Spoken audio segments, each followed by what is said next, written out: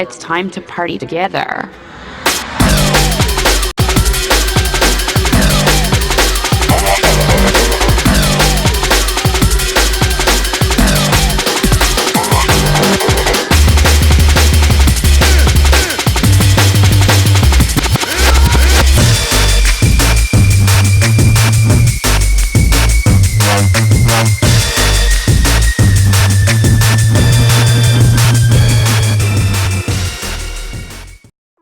Right, we're here talking to Mr. Mampy Swift. How you doing, mate? Good evening, afternoon. Wicked, wicked. Your second biggest love is football, much of an equal love is drum and bass. So firstly, a lot of people know what team you support. For those who don't, Liverpool. Liverpool. Brazil. Okay, and international. Any team Ronaldo plays for. Yeah. So personally, the team that Mr. Swift plays for, tell us about them, man. Oh man, we've got a five-a-side team. We play every week, play quite a lot during the week. It's part of my life, literally, you know.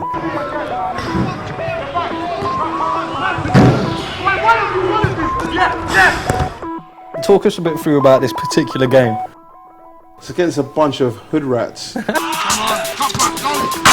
They're just the dirtiest little young team you've ever seen.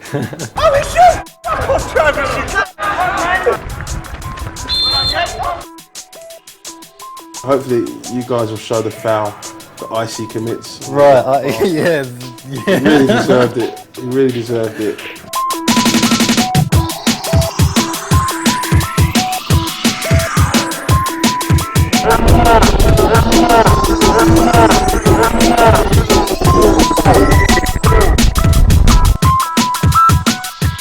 You know, we tried to be grown up, but they kind of got on our nerves a bit.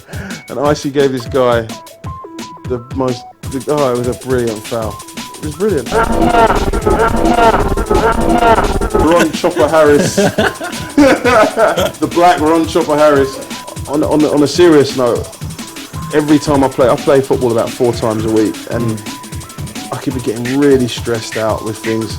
And literally for that hour and a half or whatever I'm on the football pitch for, I'm just thinking about football. I really need that, do you know what I mean, in my life. I get gutted thinking about the day that I can't play anymore when I get too old and all that, do you know what I mean? Okay, so it's deep.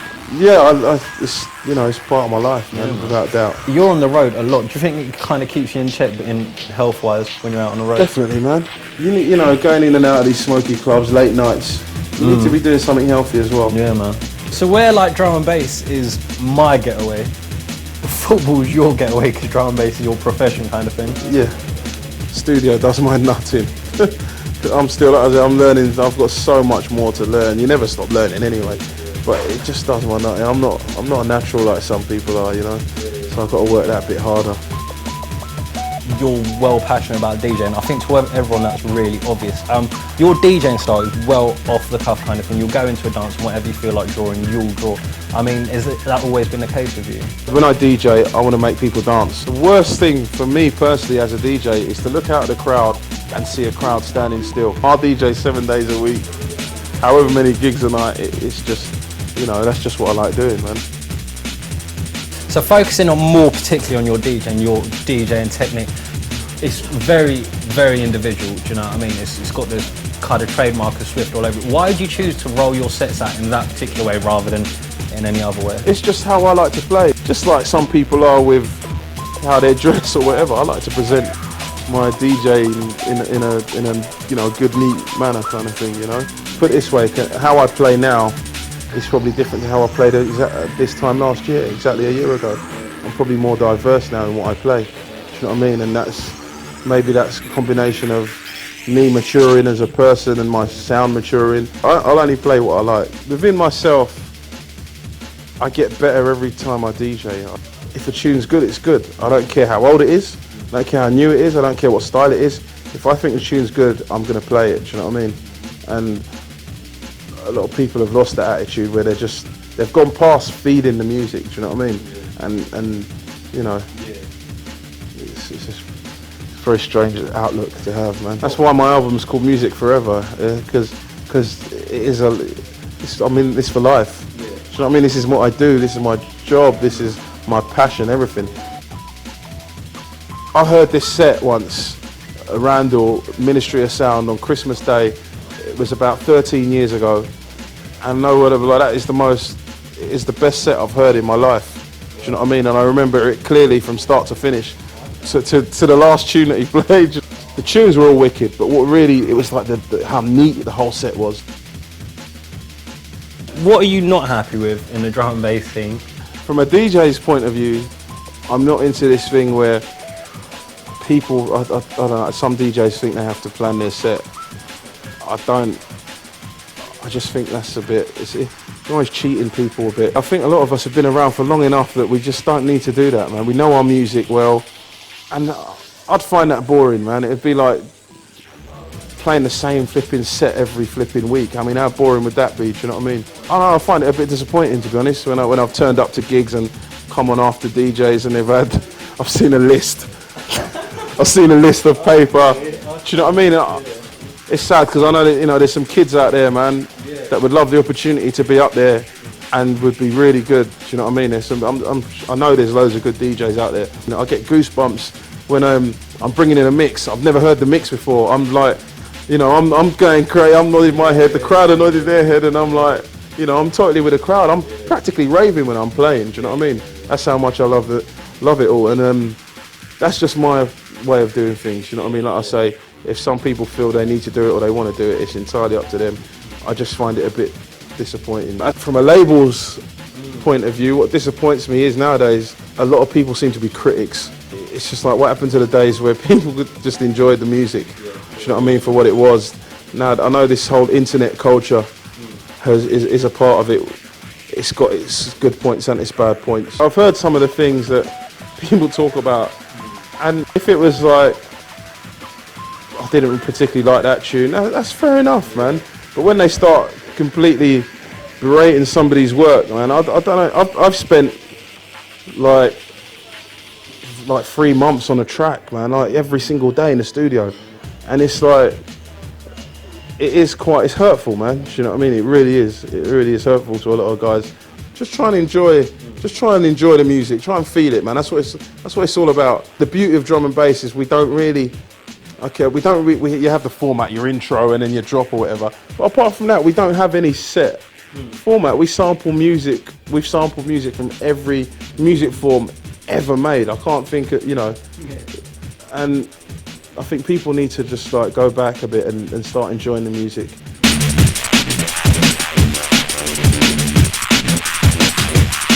What's your view on people coming through with like a couple of big tunes and then bam, they're stood next to you playing? Unfortunately, it's the way the scene has gone now. It seems to be, like I say, more of a package thing with everything, whether it be releases, promotion, whatever. And it's not just, it's about your name. It seems to be more about people's names in the game rather than their abilities. Obviously, if you make good tunes, you're gonna get somewhere. But when it comes to the DJ circuit, it's what that whole name has to offer.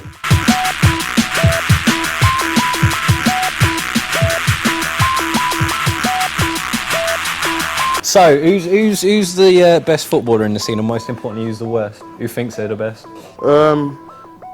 Well, I mean, honestly, on a serious note, I don't think, I know I'm the best. And it's, I'm being serious. I'm being serious.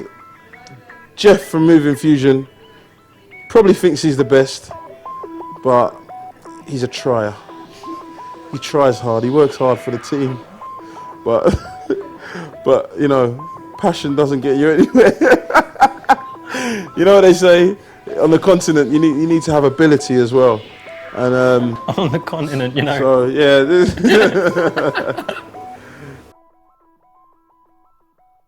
Safe, Mr. Swift. Thank you very much, man. Interesting, bro. Pleasure. Do it again, innit? This is DJ Ink, the Architect, and you're watching Code of the Streets. Bow.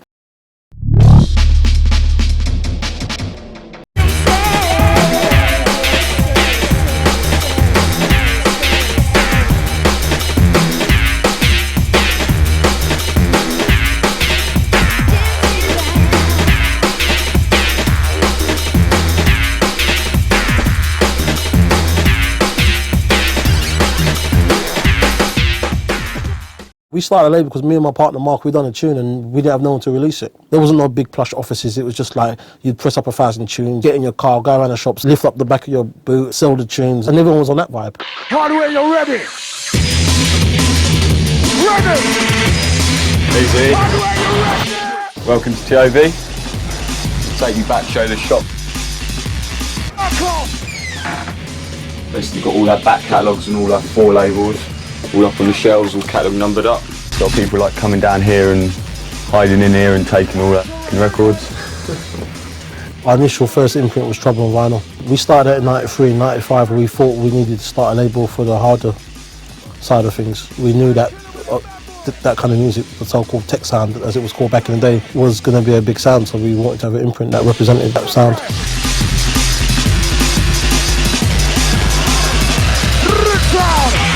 I'm basically label manager, running the labels with Clayton, doing all the manufacturing, making sure the releases come out on time and that everything goes to plan. If there's any mistakes in pressing or mastering, that it gets sorted. Check the tests, get promos done, we'll go to SRD, promotion to all the shops around the country. Getting the artwork done, getting it proofed, getting it printed.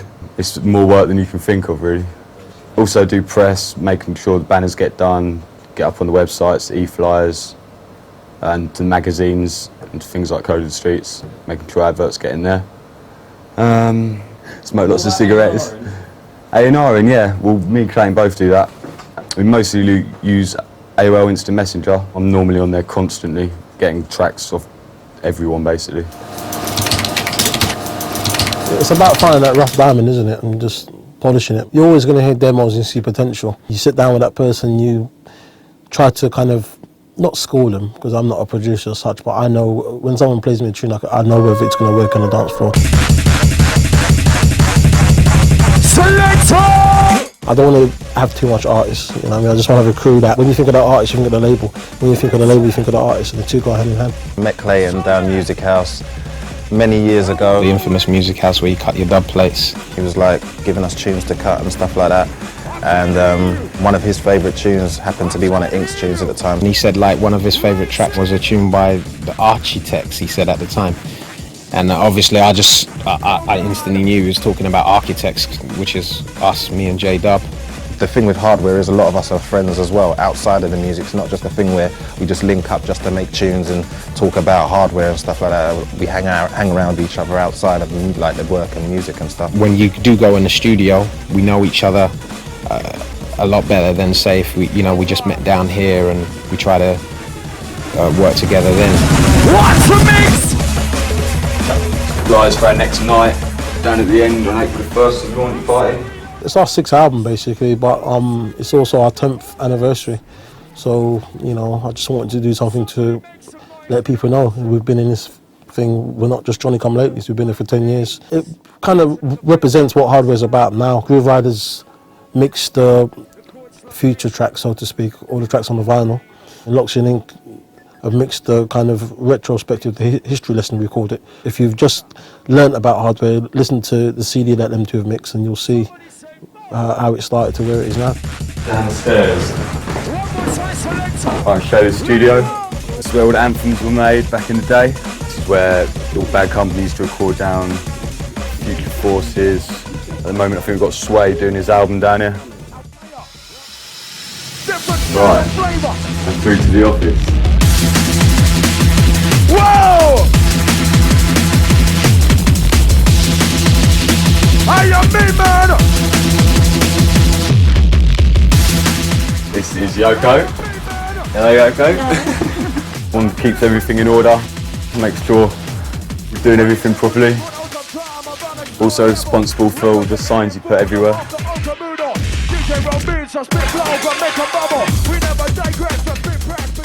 This is Ollie, handles the website. Easy. And does all the orders to the shop. Gary in work experience. This is Clayton.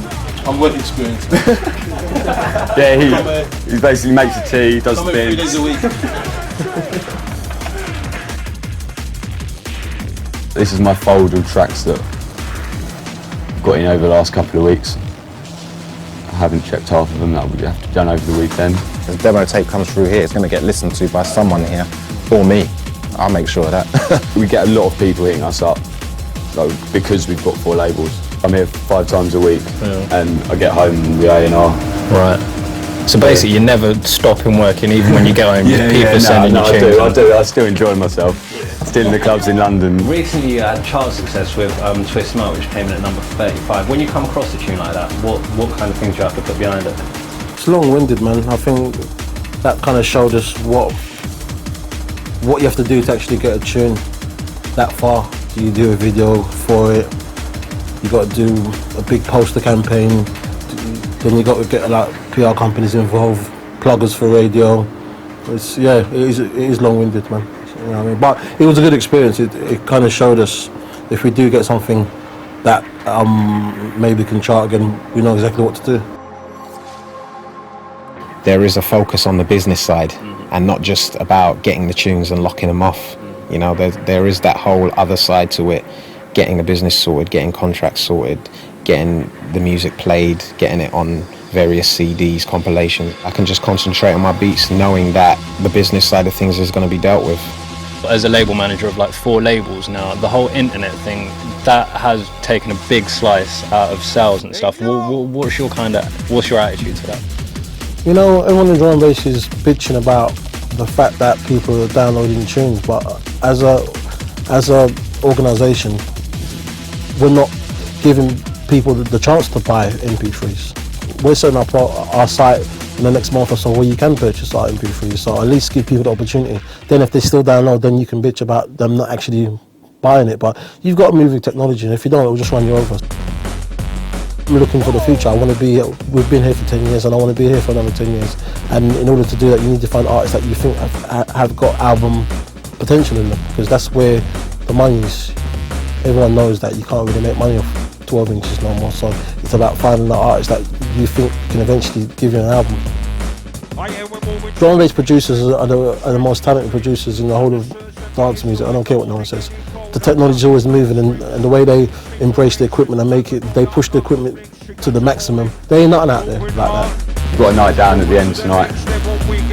Looking to be good. What kind of thing do you do of a Friday before a party? Make sure all the DJs are all sorted, they know all their times.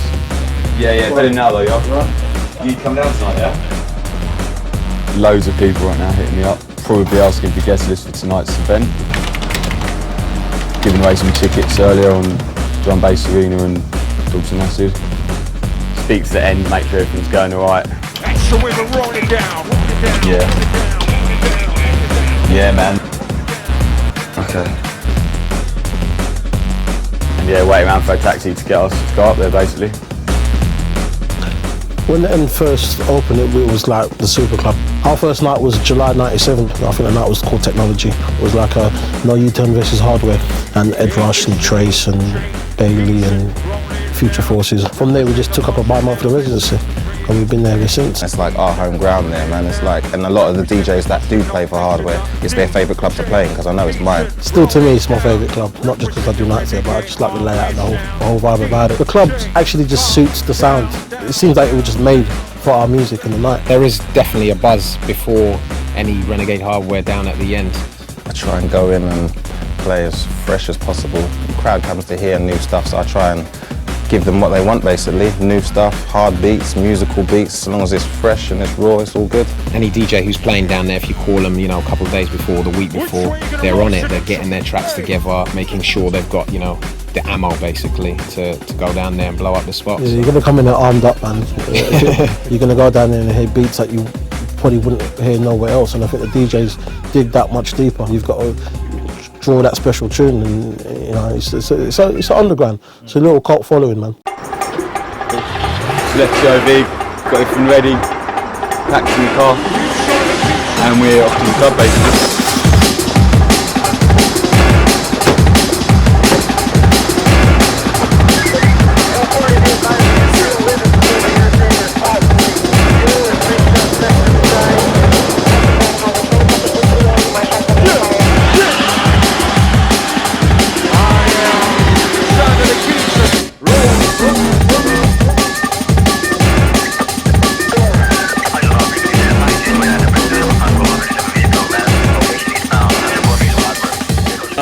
played out anywhere in my life, and Clayton and Chris kind of dropped me in at the deep end, so I'm still feeling a bit spaced out.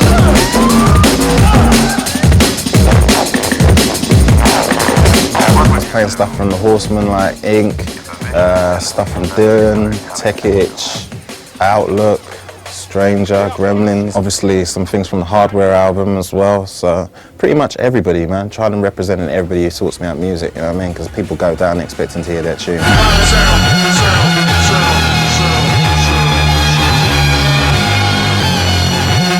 Yo, on the reggae hot with Sanchez, man. Hang on!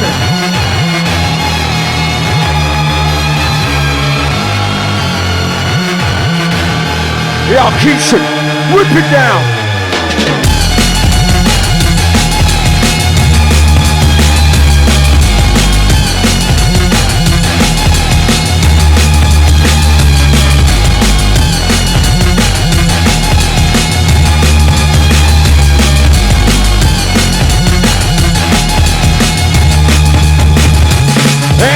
We'll just do our thing. If the press want to say drum and bass is the next big thing, fair enough. The majors want to come in and sign artists, fair enough. But me personally, we're just running our label independently, being in control of our own situation, and that's what means the most to me.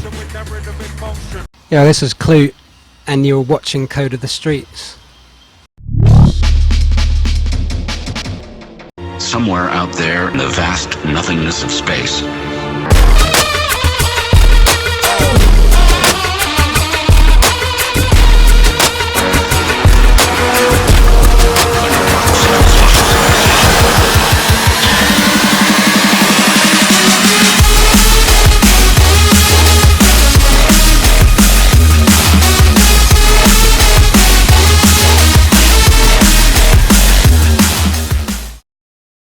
I'm DJ Carnage, this is Code of the Streets DVD magazine, and we're going to be talking to Illogic and Raf. We're going to be discussing their production techniques, DJing, forum culture, and everything else in between. Right, Raf and Illogic, let's kick it off. So how did you boys hook up in the beginning? We met at school when we were about 11, started becoming mates when we were about 15, started going record shopping together, normal thing, started DJing together, playing on Pirates together, getting into production together. It was late 1999 that we did our first track together, which was Spacewalk, which came out on Native. There was no intention at all of releasing it. I hadn't even thought about that. But then Martin down at DZR 00 Motive, he'd met us a couple of times when we DJed at the bar at Movement. We told him we'd written a tune, gave it to him, he loved it, and released it. We're the type of artists who some people are into us and some people aren't. We've never been like, shit, what are we going to do? No one wants to put our records out, but we've not kind of been the artists to sell, 20,000 copies of each single kind of thing. What kind of influences, what kind of things are you bringing into your own production? We sampled so much different stuff, and all the stuff we sample is music we love, generally. So, I mean, everything from like electro, hip hop, jazz, new jazz, all kinds of stuff. I can't think of anyone who's not influenced by a whole load of different things. Like Dillinger's stuff sounds like really kind of hip hop influence. Calibre started off like the whole kind of dubby influence. You've got High Contrast who's doing like the disco influence. I mean, everyone's doing their own thing, and it's all good. Like, I mean, if you don't like it, that's fine. There's loads of DnB that I think is rubbish, but then I don't listen to it. So what's the problem? The first people that we tried to emulate, well, I'm not even trying to emulate, but were really heavily influenced by were the kind of Bristol represent lot. I mean, that was what really got us into it. Full Cycle Crew was like, we were obsessed about them, going to all the raves, and that was the sound, Dope Dragon sound, the Chronic sound, Full Cycle V, that whole thing. Do you ever get kind of frustrated with the constraints of DnB? With us, definitely people expect us to do a certain thing, and if we do that, it's going to be easier to sell the record and sell more of them. Yeah. But on the other hand, you can go away and do whatever you want with DnB, and if you want to experiment, then quite a lot of people are open to the idea of giving them maybe a more conventional A side and then doing something a bit different on the B side, which is what we did with the One Stop to Glory single, where we went for something non-dance floor on the other side, which I think people appreciated, but obviously they're not going to play, so it's not going to get big, but it's there, the opportunity is there, still what you want. Drum bass doesn't sell anything anyway, but it's not like a big selling industry compared to, say, house music or lots of other kinds of dance music. You don't do DnB for the money, so do what you want to do. There's so many different kinds of drum bass. You've got two pieces of music at like 170 BPM. And they can be as different from each other as any kind of music, from death metal to soft jazz. You know, it can be. It's anything. It's just a template to work in. Yeah. What kind of vibe do you go for when you're playing out? If I'm doing a drum and bass set, I'll play anything that I like. So obviously, you know, most of it is and it's got to be out front music, but we always try and slip in a couple of, you know, old classic beats because that's what I like hearing. I mean, with us, all it comes down to, I mean, it's a huge cliche, but it's, as long as it's got some kind of groove to it, some kind of funk to it, then we'll like it. Clearly. Do you think that kind of helps your music travel further to different ears, untrained to the DnB kind of thing is? Making music has always been fun for us. You know, it's something we've done for pleasure. It's a laugh.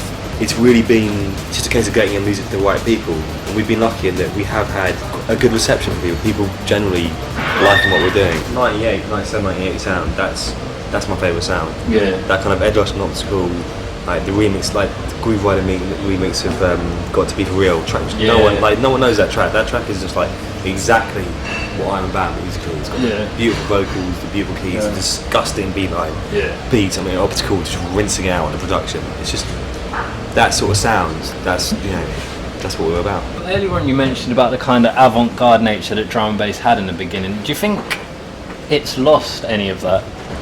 Inevitably it kind of has, in a way, because it was so fresh and exciting there and people were kind of experimenting with more ideas. It does seem that, you know, I mean, ourselves included completely, you know, that a lot of people are experimenting with ideas less than they used to be. But possibly just that's from our perspective because we were listening to music then rather than writing it. Yeah. What do you think about the whole kind of segregation thing in DnB, that I'm a liquid head, I don't like the heavy stuff, I'm a heavy stuff, don't like the liquid stuff, all that kind of thing? That is really frustrating. In every genre of drum and bass, there's people writing good music, and that's all that matters. It doesn't matter what it's called, doesn't matter what it sounds like, it doesn't matter if you like it or not, that's all that matters. Again, there's the whole separation thing. Going back to forum culture, what's your kind of take on it? I love it. I think it's fantastic. I've always like looking on dogs and acid.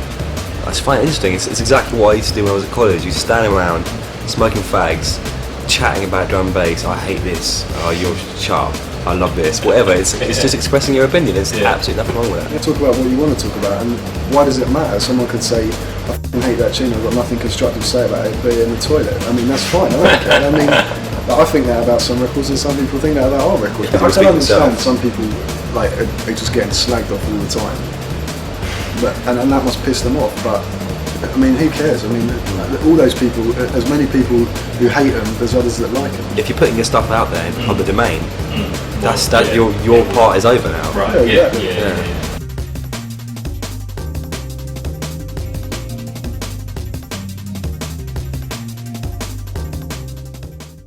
Big up the Colder Streets DVD. Dipset, Euro Gang.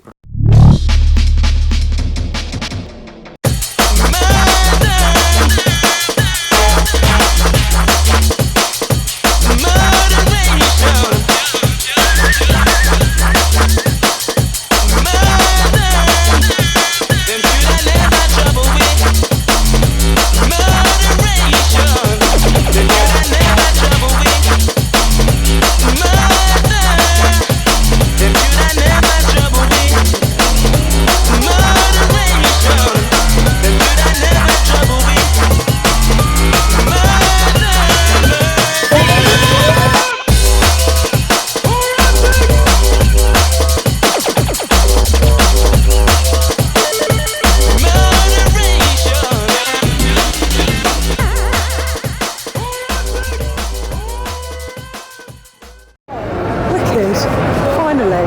Oh my God, look at the queue. God, and it's only 10:10. God. Let me see the flyer, let me see it. Get excited. Oh my God, that looks scary. Let's get in there, girl. Let's get in there. God, it's freezing. What should we do? Park the car so far? All the MCs, big up, respect. Don't take drugs, it's not good. I'm supporting the crowd, you get me? You know why. Savage. So you think the music's too loud? So you think the mic's too loud? So you think the skipping is too loud? So you think the shop is too loud? So Ali. Welcome to the drum and bass party, where y'all get loose. I move their body, I'm on same juice. Look banana, stepping on the river, the grand finale. On fire! Say yeah. All right, we are warm till later. Right about now, stepping up. Junglist Curse, Eiley blessing the place. Are you ready? Eiley. Best. Okay, I have with me here Junglist and Curse. MC Convention, it's a trendsetter, isn't it? It's setting the trend now for the raves. Put the focus on the MCs, and it seems like the ravers of today, that's what they want now. It's all about energy now. You see out there, the ravers, they're there with the MCs, are singing along. So it's changed the face of the drum and bass scene. Convention for me, I think it's a good thing because it's something different. They always jam, so the people are obviously loving it. So it's just a good thing, it's a good look. Put your hands up now. Hey! Man up, bad boy! Disrespect me, yeah, you won't get destroyed! We tell them, hey! Man up, bad boy! Disrespect me, yeah, you won't get destroyed! And again, when I say re, you say no! Re! Say re! You say no! Re! Salute! Yes, sir! Right about now, MC Convention, can we get some fucking noise inside this venue? Oh my gosh! Now, Paul, you've been in the game for a very, very long time. Couple of decades there, couple of decades. A few grey hairs underneath there, but you know, I shaved them off so you can't see them. Can you see them? I come from 88, 89, back in the fields. We've seen them from Chicago House, Techno House, and so and so. And I'm vetting a thing called Jungle. And as far as I'm concerned, I'm Jungle Techno man. Yeah? And we done Jungle Splash, IB from back in the fields. And so the whole history of me really stemmed from the jungle, from the roots, from the ghetto. I'm from London, I'm from the ghetto, and I'm a hardcore junglist. Now, Paul, a lot of underground promoters feel that the artist performance fees are all spiralling out of control. What are your views on this? I've been in the game 20 odd years, so for me, we're all friends, so it doesn't really affect me in any way. I suppose the new promoters, yes, if they get hurt, or you know, the big boys say, right, we want X, Y, Z. Sure. But I always tell the big boys, be careful, because that could kill the scene. Tell us about Highly Blessed. It was Shabba, fun enough. He just came out one day and said, Paul, let's call it Highly Blessed. And I thought, yeah, it's good. Because why? Why? Because he is blessed in a way. Okay. He's been in it 14 years. He's a good MC. He's grown with the scene. And now the crowd are following him. He is blessed. Are you blessed as well, Paul? Well, I must be, because every time anything I touch seems to turn to gold. Peace, I'm out of here. Easy, nice one, Paul. Love. Who ready for the bass shot? Who ready for the red check? Ready for the way? Ready for the check? Ready for the play? We're gonna drop it, jump up, on like a hand play. Find the best to stop it, get away. Yo, fuck, jungle, try to baby, open the get lead. This will be a special, there will be no repeat. Son of a town crib, son of a town tweet. Beat on the bread, now there will be no retreat. What? Okay, yes, we have the one like MC Fever with us. We just finished our bit, me and Jay Swift from the Aftershock crew and Highly Blessed. We just done our bit, so we just come off now. And yeah, it was nuts out there. Done at like 10:30, it was like basically packed straight away. All the ravers come to the front straight away. Everyone was dancing. We've actually heard from Jay Swift that he's actually expertise at the Running Man. We're going to, yeah, Jay Swift just come to demonstrate here. They were the Running Man, yeah? Check it out. Come on, feet. Oi. Me like the bad selector. In upon the mic, bad boy fever. One the original Dan, to jungle veteran. It's shady, see the dangerous like the fever Dan. Me like the bad selector. In upon the mic, bad boy fever. One the original Dan, to jungle veteran. Sound to the MC Fever from the Island Blessed gang. Trust me, more fire. Thanks for joining us, Mr. Fantasy. I work a lot with the MCs in our game, because to me they're the link between the crowd and the DJ is the MC. With no disrespect to any other MC, sure. Like, you know, Convention is the one. I'm a resident here and yeah, I love it. That's what we do, team. We're the sound of the fantasy. Yes. Warming up on the stage. MC ever come. Live up on the stage. Jay Swift there. Watch out. Say we are little youth, you know, say we are hustler. No, we mean that, you know, say we are. Yo. Watch this. Rastaman show for real. So this a Rastaman show. When we come on and don't say vibes fill the room. It's a Rastaman show. When we come on and don't say vibes fill the room. Yo, drum and bass head on jungle it. Love me jungle it, I say me love it like this. Bad man upon the microphone, the lyrics me a use. When we come on dance, don't get it twisted. I'm not having it. Move with the girls that be grabbing it. Sticking to my flows like metal to a magnet. Long time in the game, you know I've been planning it. When you see my face, just raise up your ragging it, jet lagging it. Anywhere I go, you know I'm blagging it. Nice up, enough dance, then outside I'll be flagging it. Ripping to the T on the street cause we're mad in it. Love what we're doing every week cause we're smashing it. Competition's weak, there's no heat cause they're lacking it. Don't try your thing, you'll get sick, there's no matching it. Money and the riches and the blink, I'll be stacking it. Launchy attacking it, lyrics and my cracking it. Poetry in motion, the way that I'm rapping it. Foot started and your head start tapping it. This is one folder for my lyrical cabinet. Clean and tight, sharp and a macking. Things are just popping right now. We just hotted up a hot set with the profile. Blap, blap, blap. Heavy man is hot and sweaty. A little bit sticky still. Yeah. A little bit wet. So yeah, man, just in the back cooling off with the cold of the streets crew. Gee. How's that going outside, Shabba? Yeah, man, it's what's that going set with good. Profile saying? Yeah, I think it was firing, you know. Skibbs just said it all, man. We just smashed it up right now. Big up all the youths, them just going crazy, keeping it real. MC Convention, what is it all about truly, like, for you? Well, yeah, it's just about giving the MCs, you know what I mean, a chance to do their things. In the normal raves, we can get overshadowed by sometimes the music. Maybe the music's too loud and we don't get a chance to really put our thing forward here. If we want to do PAs, try and promote some of our own tracks, you know, do things like that, you know what I mean? And also, if all the other promoters think that we're shit one day, well, at least we got our own thing to try and hold on in there. Right about now, my voice is cool, so you're gonna get hurt. It's a platform for the MCs, a lot of young people coming through as well.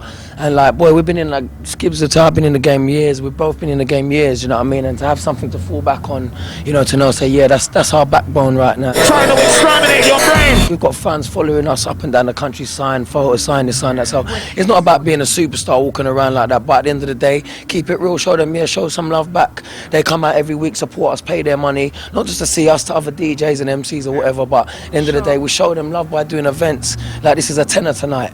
Where can you go for a tenner and get, you know, most of the man them all together having Such a good a time? lineup, yeah, under one roof. You know, yeah, just big up, man, keep it real, for real. Yeah, we always show love back to the ravers then. Without the ravers, we ain't nothing real and truly. So bless up all the ravers that follow the whole drum and bass scene, that follow the hip hop scene, that follow music scene, that big up the whole UK thing, and big up the code of the streets first and foremost, because they're big right now, you understand what I'm saying? Gee! Raven Massive on you town.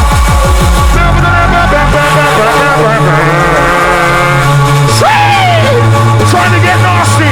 Raven Massive, you ready to rumble? Let's go! Ding, dong, ding, dong, dong, ding, dong, ding, dong, dong, ding, dong, ding, dong, dong. It's a SAS that comes from bust on the clock, bro. It's a SAS that comes from climb on the truck, bro. It's a SAS that comes from bust on the Ross.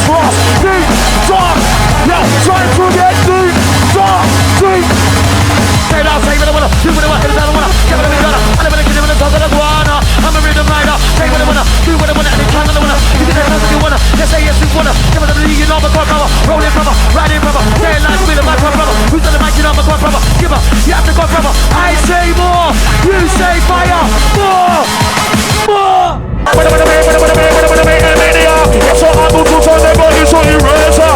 Bring them down, pound, rocky, down, over. Tell me straight on the bumper, get higher. On the mic, get under, you're in with the S, with the K, with the I, with the B, with the A, with the back, with the we don't play. Up and up, with the up, away. Super S with the K. C, double A. Enter, also say now, skimming that's a lion, the good not Toyota. And my two Sonica, family, I can't leave you. That's what of the Yesta. Enter my test cruiser. See the image of matter, no scouter, strider, I'm a tech master. No cross, I see you're over tiara. Put it with the beaver. I'm an upper that's a litter. Rock for the raver. And for the Bible with the big cover. Hold on, Profile. Massive. Are you having a f***ing good time? Make some noise. If you're having a good time, make some noise. This is highly blessed tonight, and you know it's one vibe, one love, yeah, one intention. Music, love, and peace, yeah, that's what we're promoting. 10 to 6, and we're knackered. We've just come out of MC Convention. Oh, I can't think of anything else right about now other than my bed. Great night. Code of the Streets, keep it locked. Yeah, what's happening, people? This is Stamina MC, and you're watching Code of the Streets.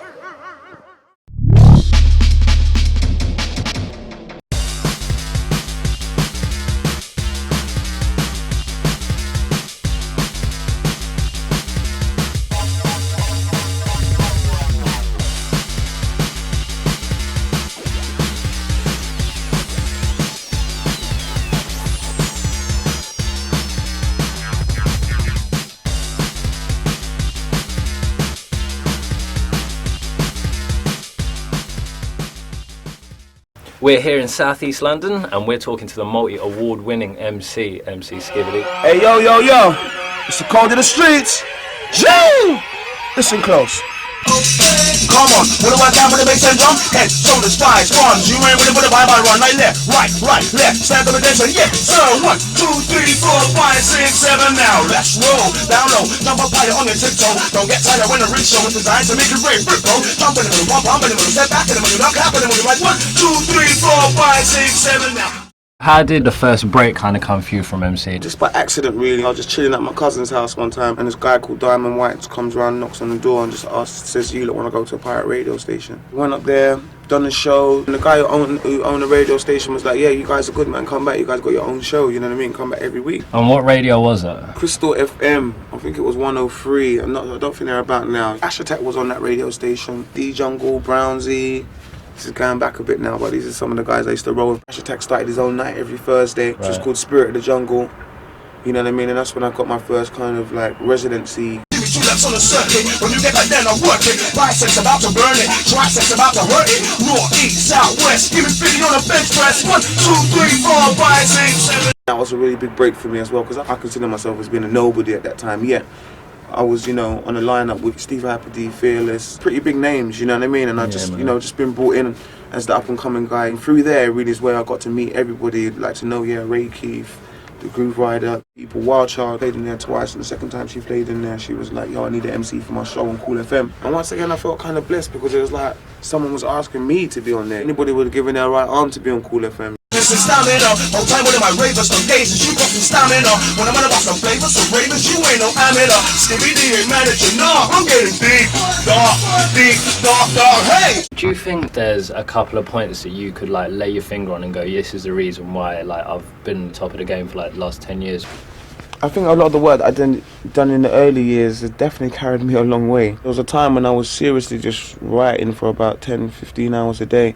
You know, whatever you're doing, whatever you want to do in life, you need to eat, sleep, shit, basically.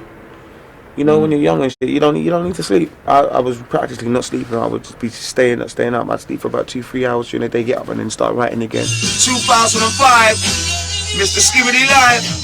Hey yo, step back, the man of one blow this skibbity, that's the let control the roller coasters. People wanna see me on the most posters, blow the Moses, coast to coasters, I know you know this. When I want to do handling, you know it's, I plan the owners. Give me 10 grand, I split the coldest, I get the bonus. Rich them over, it's the real thing like Coca-Colas, I know you know this. When I want to try and smoke this, flip and flow. What is in the kitchen cooking for Mr. Skibber in 2005? Oh man, there's 101 things, man. Obviously, you know, there's the whole MC convention thing, got some link-ups with Sega World. Okay. We're doing things with Channel U. I think, you know, we're actually probably going to be advertising the next rave on TV. We've got a video on Channel U, I was going to bring that which is like me, Det Shabba, this guy called Dirty Boy Scheme, and MCD. MCD's, you know, prolific within the hip hop scene, so is Scheme really and truly. And then Fusion, obviously, he made the beat and stuff. You know what I mean? These guys are big, you know, within the hip hop scene, and they're like some of the top end. You know, they run with the Rodney P's, the Skinny Mans, you know.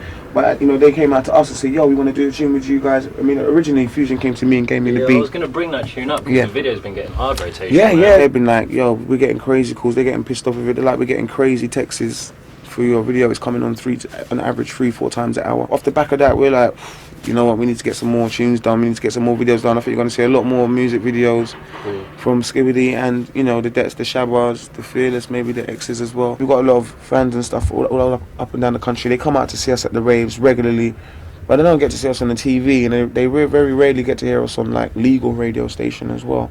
Welcome to my bad man's army, bad lads, army. That makes your pussy in the mud if you go and bomb me. No, blood, it's like a certain snip of what's on, blood. It's 1, 2, 3, 4, 5, 6, 7. Well, yeah, right about now you're in the lab with myself, the Skibberday. Just gonna show you what I'm really f***ing with when I'm in there. It's all about the laptop, really and truly. Man, just give me the tracks. I come and fling them in the Pro Tools. You know, I know how to work the Pro Tools. It's all about me just running in and out the vocal booth and just laying it down. Well, this is the vocal booth, really and truly. It's what all goes down. The standard issue, Neumann mic, Sennheiser headphones. Studio's just right through there. Quite a couple trips back and forth for retakes and stuff, but as the years have progressed, less times back and forth. But still, you keep fit. Got the standard Mackies though, standard. That's to get the clean shit. The bumping B lines and ting, you understand what I'm saying? Little TLA, a little compressor vibe for the mic and ting. Got a nice little Neumann mic and an AKG as well. I always just record all my own vocals. It's hard to get anyone to sit in with you when you just want to come in and be in there 4, 5, 6, 7 in the morning. If you hear any hits this year from Skibby, this is where it would have been made, man. You know, down in the southeast side of things. Gee! Alongside this, where you're improving, going into different projects, is it about stretching yourself creatively as well? Been doing this drum and bass thing for almost 10 years now. You know, there's only, it's the same tempo. It's got a little bit faster, but it is the same tempo. You're not going to be able to just keep on coming up with new shit on that same shit for the rest of your life. Most of the patterns and most of the flows have been rinsed out, if not by myself, by that Fearless X. One of the mans there, when you talk about people coming through and why hasn't nobody come through, I think it's because no one looking hard enough for this next. You need to look for a new flow. You need to look for a new, you know, people always, you know, looking at what's at the top and think, yo, I need to do that and better that. But you need to kind of stay away from it because not only he's doing it, but everyone around him is doing it as well, and you're just going to actually sound nothing. It's going to be hard to differentiate you. You know my caper, I'm bigger than a skyscraper in Scandinavia. You know when the when the night chamber is staying the danger. Skipping off through with a lightsaber. Blue sky walking, John Major. Best of the best on this front paper. Put this down for my one hater. Yeah, me and your mum major. Skip it back again, time smacking them. Get lost, I'll break it back again. Try and mock, nothing's happening. All new crew, really whack again. Flex slapping them, even jacking them. Before we started the MC convention, the rest of my life just looked like going into clubs every weekend. It's cool, man, it's nice. When I'm actually there, it's cool, but it does get tiring. The travelling, next man's going to be getting older, the clientele's going to be getting younger and stuff, and you just think, is there anything more out of this? You know, for a long time, a lot of the DJs and the producers have had that mentality, you know, to make a business, a bit more of a business out of what it is they do. Well, a lot of us MCs, you know, we've just been like, yo, turning up, we don't have to buy no records, we don't have to cut no records, and it's been like so much of a hustle because this year could be good for work. Who knows when your luck could change. Oh, ayo, you don't wanna play ho low. Wanna go wash your rumble, ayo. When I strike a lightning thunder, Miss Guarantee she'll make it rondo. Plan C the one that control, making all the guns blow. When you and Shabba sat down, did you think, right, certain people ain't going to be particularly pleased about us doing our own rave? It's not just Skibber and Shabba, it's Skibber, Shat, that Fearless, and there's a handful of us, there's 10, 15 of us, whatever. And then all of a sudden it's like 2 of you, like, yo, trying to single yourselves out in a way, like, yo, you're bigger than the rest of the man, them. It's obviously, sometimes, you know what I mean? It can cause problems. From a DJ point of view as well, some DJs might be like, well, what that man they going on with, man? You know what I mean? This is our thing or whatever, you know? Man might not come up and say that to you, but that's how men may feel. Same with the promoters as well. The promoters may be like, boy, them man are trying to mash up our thing, them man are doing their own thing now, you know what I mean? Whereas they've been booking us for a certain money for God knows how long now. We can do our own thing, you know what I mean? The ball kind of changed. So it's like we trod on enough toes. Hey, it took balls to do that. Yeah. It took balls to do that in a way, but at the same time, it's either that or just sit back and just MC, work for these promoters for the rest of your life. I mean, where's it going? Up and coming MCs, they look up to myself, Shabba, X-Mans and stuff. They're like, yeah, I want to be like that. And when you're going to get here one day and find that there's not that much here. There's not that much more unless we try and make something now. Like blue on blue, tacking them. Like trees from smooth rapping them. 2-2 just bruise, batter them. Blaze them off again, face them off again. Yo, Nicholas Cage them off again. PP from Page off again. Hey, and I wanna pay them off again. Play them off again. For the roof, gonna play them off again. All the girls gonna play them off again. Lay them off again. Let's go! You've won enough awards throughout the years. Let's talk a bit about the accelerated culture thing. Me personally, after winning it so many times, you know, the accelerated culture one I won 3 times, and the knowledge one I won twice before that. I was like, I'm not really expecting to get this again. And I was cool. I think the position that I came was cool. Do you know what I mean? Come second. And also with X-Man winning it as well, I don't know whether I'd say that if he deserved it or not, but I would always say that he's next in line. But I do think at this stage, I think Shabba did deserve something And for me, just the position that he came in, which was actually 5th, makes me doubt the whole thing. I'm out everywhere. You know, I see what's going on. You know what I mean? Shabba's like seriously gets a real. You know, he gets more response than Skipper at certain places, man. We're not just MCs no more because we've got a rave now. And there's been politics throughout the year. Like everybody don't know about, you know what I mean? Okay. There's been certain politics where it's like there's a clash of dates where MC convention might be going on and another rave might be going on and and certain man can't make it. Right, okay. So certain man's like, boy, not coming to that dance right now because we've got our own thing to do. Okay, do you know what I'm saying? And then the mans are getting kind of shook because it's like, yo, Skipper and Shabba ain't going to be there. Right. They're smashing up my business. Right. You know what, boy? I'm not making them man the number one. That's Skibbity, the rock star, right on top of the cop car. If you're coming to me dance, I'm a hot y'all. Be a minute, send for the doctor. No doubt, if you look a pop star, the boy scout, really gotcha. Mind out, they're gonna watch ya, they're gonna cock ya, really wanna walk ya. This year, it's a trilogy, VP, the easy Skibbity. All formats are looking feeling me. Hip hop rap is rapping DnB. Yo, don't stand back and kiss your teeth. When you both rap, you miss the beat. It's the code of the street. 2005, cuzzy. You know me, Skibbity's still alive. Gee, Jungle power, you done know. Gone. Yeah. This is Gareth from Pendulum and you're watching Code of the Streets. This is Rob and Scenic from Pendulum and you're watching Code of the Streets.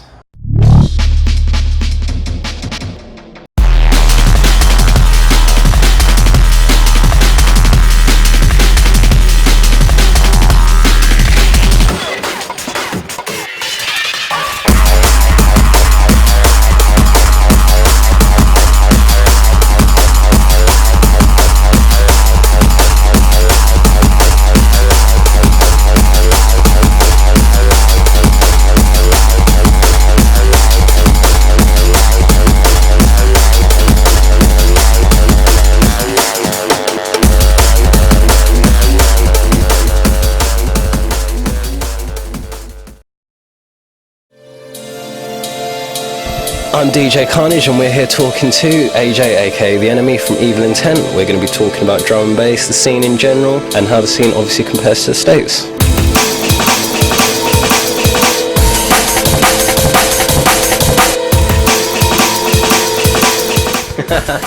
Nice to meet you, AJ. Hello. So, what first got you into drum and bass? I was actually playing in a punk band, punk/hardcore.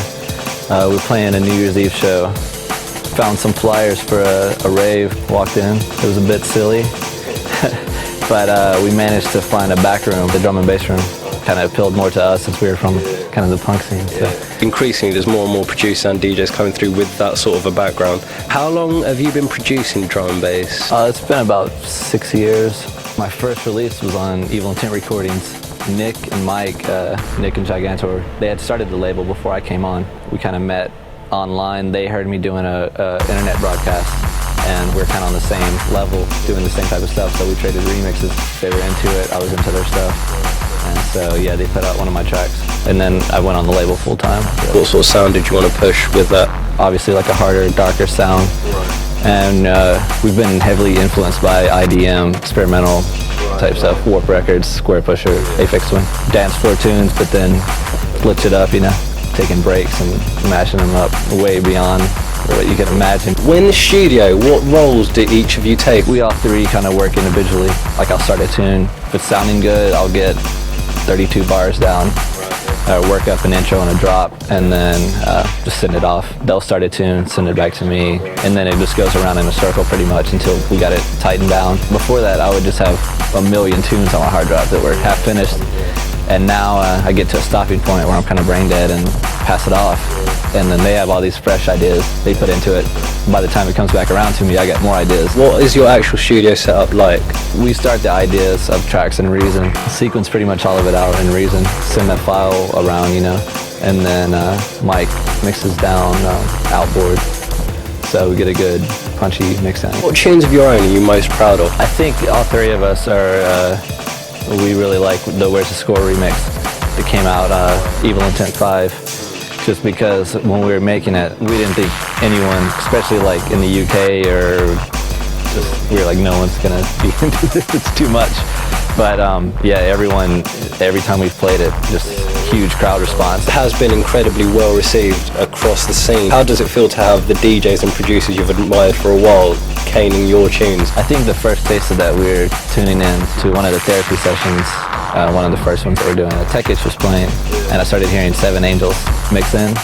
And then I think we were all three at our own places, but we were sending instant messages to each other like, I think he's playing 7 Angels. Do you think that nonchalance for regularity in drum and bass just comes from the fact that you are living outside of Britain? Your isolation's fueling your creativity, so to speak. Yeah, this is my first time in London, and after being here and going out, it kind of puts a new perspective. Like, I can see how London has its sound, you know, but the States is so spread out, like you said. We're all isolated in each city. We kind of have our own sound, and then say Mason or someone who's in Philadelphia, they have their own sound. A couple of years ago, we were starting to get discouraged because we were kind of making our own thing, and just no one else was really into it yet. Yeah, we were just thinking, let's just make some cheesy dance floor or something just to see what happens if we make a big anthem. And then after that, we could make something else what we wanted to, maybe get it signed. So this is your first tour of the UK. How do you feel the scene compares to the States? There's definitely a bigger, way bigger market here for drum and bass. Where we're from, Atlanta, we get 200, 300 people out to a night. It's so spread out, you know, there's maybe one weekly in each town that really does well. And even then, it's not as good a turnout as here. The scene in the USA, do you feel it's in its infancy at the moment? Do you think it's got a long way to go? A few years back, things seemed to be going up really good. I would say 98, really good weeklies going on, really good events, a lot of big headliners coming through. Our government started passing the anti-rave law. Just events started going down. Promoters didn't want to take the chance of going to jail for just doing an event, you know. I think drum and bass kind of had a elitist attitude for a while. It's kind of like, I like this music, no one else should. So people kind of stopped spreading it. But I think now they're realizing that we should just show everyone, like, keep crowds coming out. What's your view on illegal file sharing websites? I just find it a bit disrespectful, especially if it's a pre-release, not even out yet, and kids are sitting around and playing it out without permission. That's really bad. I think if we maybe start pushing the MP3 downloads for those DJs who are using CDJs, and maybe they'll pay a couple pounds or dollars or whatever to actually own the tune. You guys are doing an EP for Renegade Hardware. How close is that to completion? We're not sure if we're going to do 2 more tracks or we may get a remix. We want to keep the tracks kind of, maybe have them in an order where it's almost like it tells a story or in the same theme, you know, and then have the artwork that matches it. A lot of your production qualities started to crop up in other people's production. How do you feel about that? It's kind of bizarre to think that we're at a level where a lot of these other producers are looking up to us. Yeah. But it's very cool. It's good to see that we have made that impact. Yeah, definitely, man, definitely. It was wicked speaking to you, and hopefully we'll catch up in the future. Thanks a lot, man.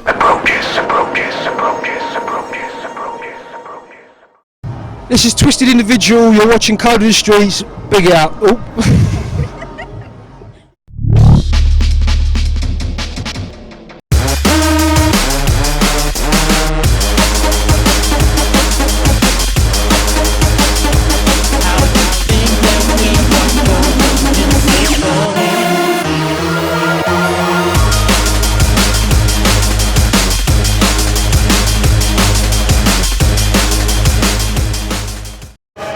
I'm DJ Carnage, it's Code of the Streets DVD magazine, and it's the radio feature, and we're going to be talking to drumbassworldwide.com.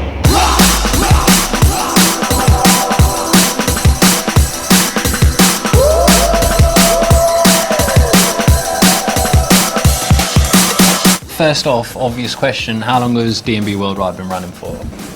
We kicked off in February 2002. It was just a progression from pirate radio. Right. Got a bit old to be climbing on the roofs and a bit long to fit through some of the little gaps that you need to fit through. So for you as the radio manager, this is like as much a labour of love as it is, do you know what I mean, as anything else? Yeah, very much so.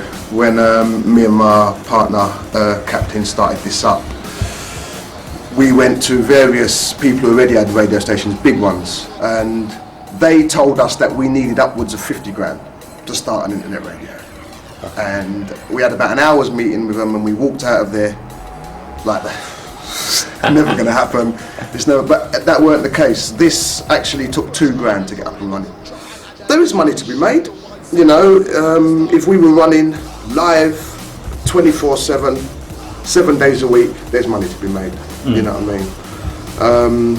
As it is, we're live from 4 or 6 most days till midnight in the week, and 90% of the weekend. Right. So we're not doing bad. When we started off 3 years ago, we started off with 16 DJs. Right. And a couple of MCs. Now there's over 70 of us on the station. Right. Hopefully, in the future, we'll make money, but it is for the love, so I don't care if it takes me 10 years to make money. If 10 years we can survive and we can run how we're running now, playing the music, that's fine by me. Since DnB Worldwide started up, how long did it take for people to start kind of noticing you? In the first month, it was something like 700 people had been on the site. Right. And I was well shocked by that already. Yeah. The next month, it was over 1,000, and each month it went up. And 3 years later, them people are still, there's still a hardcore bunch of people on there every day.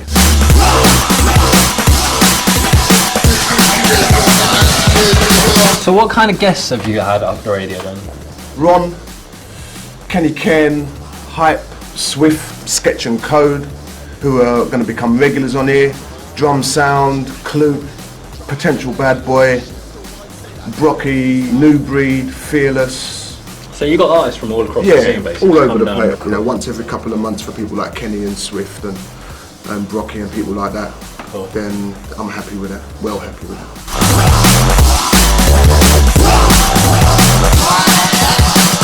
So tell us about the DnB Worldwide kind of promotions parties that you've got going on. We've got our own night, which is called Informal. That's a monthly down in Shoreditch. We have one big DJ, one big MC, and then the rest of the guys from the radio. We ain't got major money, so we can't be doing big major promotions. But we try and tie in with people. Yeah, keep little things going. Keep the DJs on here as happy as possible. Yeah. Try and do as many little things as we can, but it is hard. Yeah. It is hard. Yeah. You know what I mean? I wish it was easy to do events, but it is hard. If you've got the money, then you know, it's like football. With your Chelsea, then everything's easy, isn't it?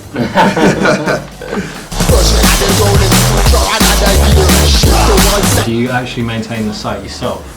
I do, yeah. I got taught it when we started. Say in January 2002 I could open email. That was it. That was the extent of my internet knowledge. Have you ever had the radio go down on you? Yeah, we still get glitches. We've had power cuts here.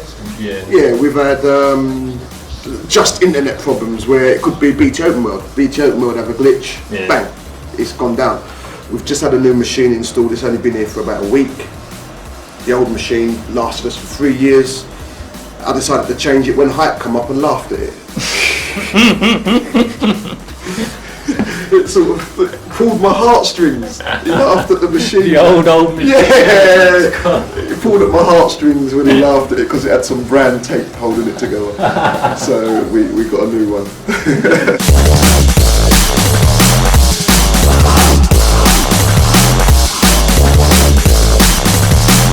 Tell us a bit about the content that you've got on this site.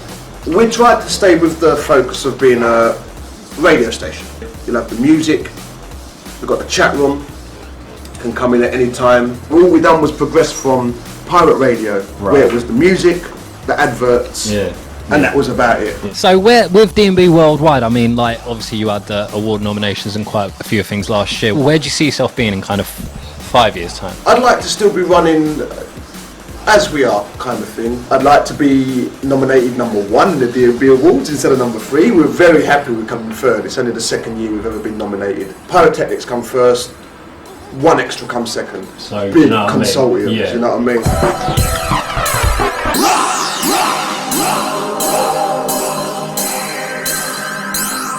I'll tell you the weirdest people who listen, and we know this through downloading our stats every month, US military. We've got people on here called Terracide and you know, there's the Hellbound Connection and anything with names like that, and they have to check it out. We all know about drum and bass business, and like you say, you can't rest. You take your finger off and you've forgotten about it straight away. So you've got to be on it all the time.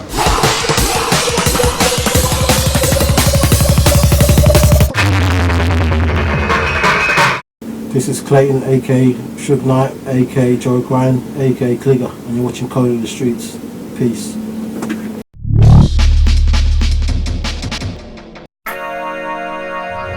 Yo, this is IC3 and we're chilling at Global Gathering 2004. So get ready for the ride.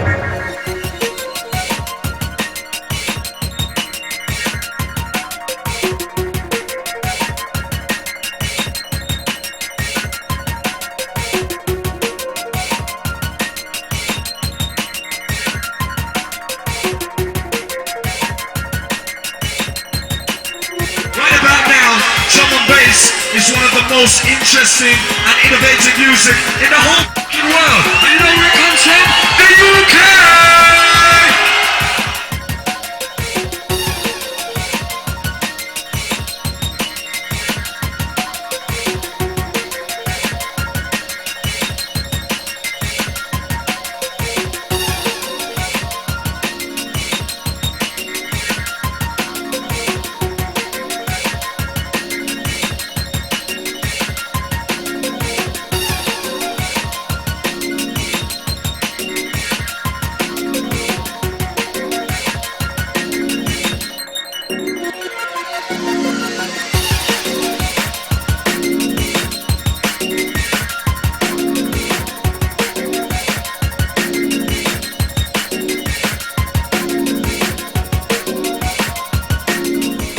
You guys enjoy that?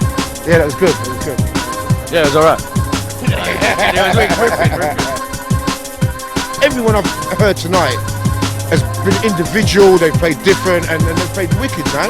Like Cross played wicked, Zinc played wicked, Hype played wicked, Andy played wicked.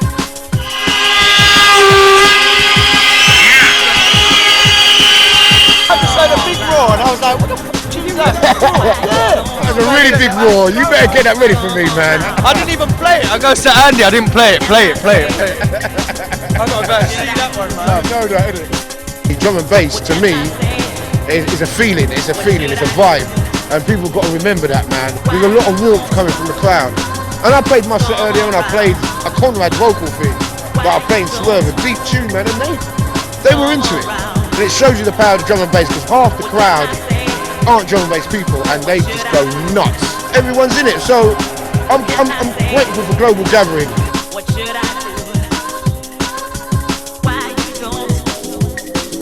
The whole kind of rave thing is not really something that I do too much of. But this one was fun. I had Biggie with me, I had Fearless with me.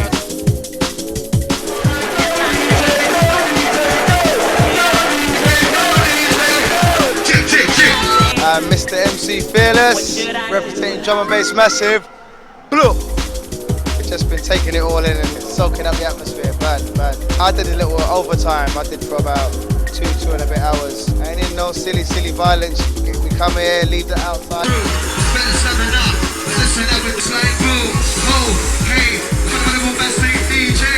Well, this is our scene, innit? It's a drum and bass scene. I look like music, and you know, they just keep it to that. There ain't no glitz and glamour around it, it's just music. I enjoy celebrating culture, and obviously this is only once a year for us, so it's the only chance we really get to do a festival style thing. Seeing as people snub the drum and bass thing for so much other events. So yeah, I'm happy to be here.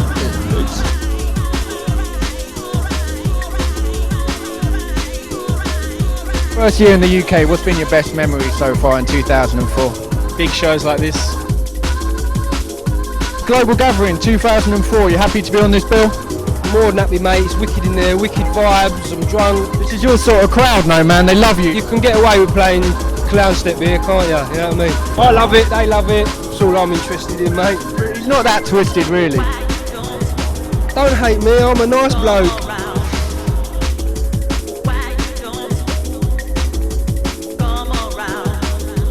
Did you change up at all for tonight? I changed it up a little, meaning I just played more like upbeat type stuff in the middle of the set. And then at the end I was just kind of like, screw it. And I played just really hard shit. I wanted to give them something a little bit different. I haven't played a festival in England before, so to actually be on the lineup for one of these shows was, I mean, for me, like a dream come true.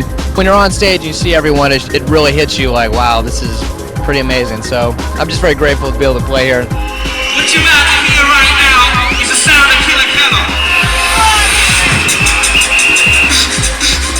We had a wicked time, wasn't it? Fire.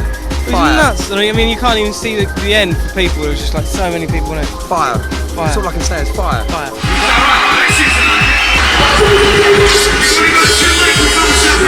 We've only got 2 nights, listen. Summertime, big tents, Too many people, you just can't go wrong. I'm only gonna do this once. How many times? I'm only gonna do this once. How many times? I'm only gonna do this once. Check this out.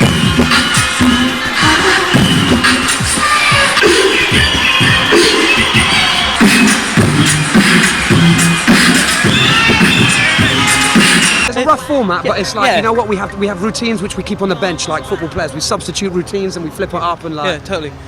And sometimes we'll just ad-lib it and we always surprise ourselves and we're like, okay, we'll keep that for next time. Yeah. But then other bits we'll just change and move. You know what I mean? Just change it up. Jam it out. But always work with the template, innit? Yeah. That's nice. Yeah? Sweet, hot man, part of the machine. I'm gonna get the moon, never gonna be seen. My sweet in the beatbox, walk to the beat, no say, never get a lean. Sweet, hot man, part of the machine. I'm gonna get the moon, never gonna be seen. My sweet in the beatbox, walk to the beat, no say, never get a lean. Sweet, hot man, part of the machine. I'm gonna get the moon, never gonna be seen. My sweet in the beat, walk to the beat, no say, never get a lean. This is how we bounce, and this is how we twist. We switch it from the hip hop now into junglist.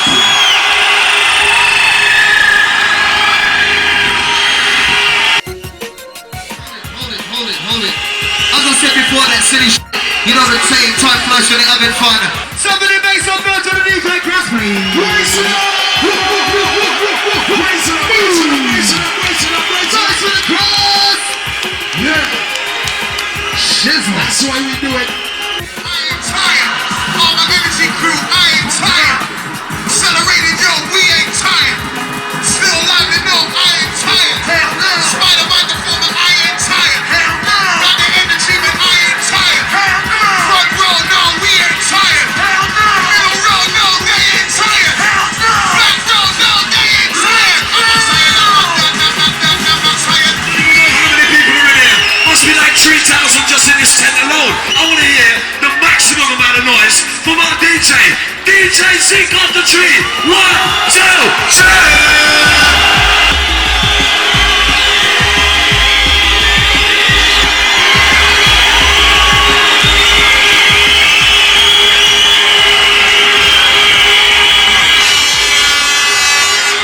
This is MC Det and you're watching Code of the Street. Respect, big it up.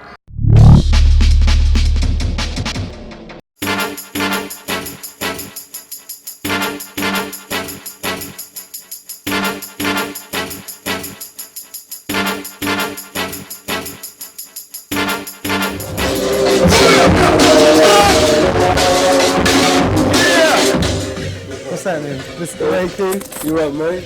Nookie, how you doing? You right? Okay.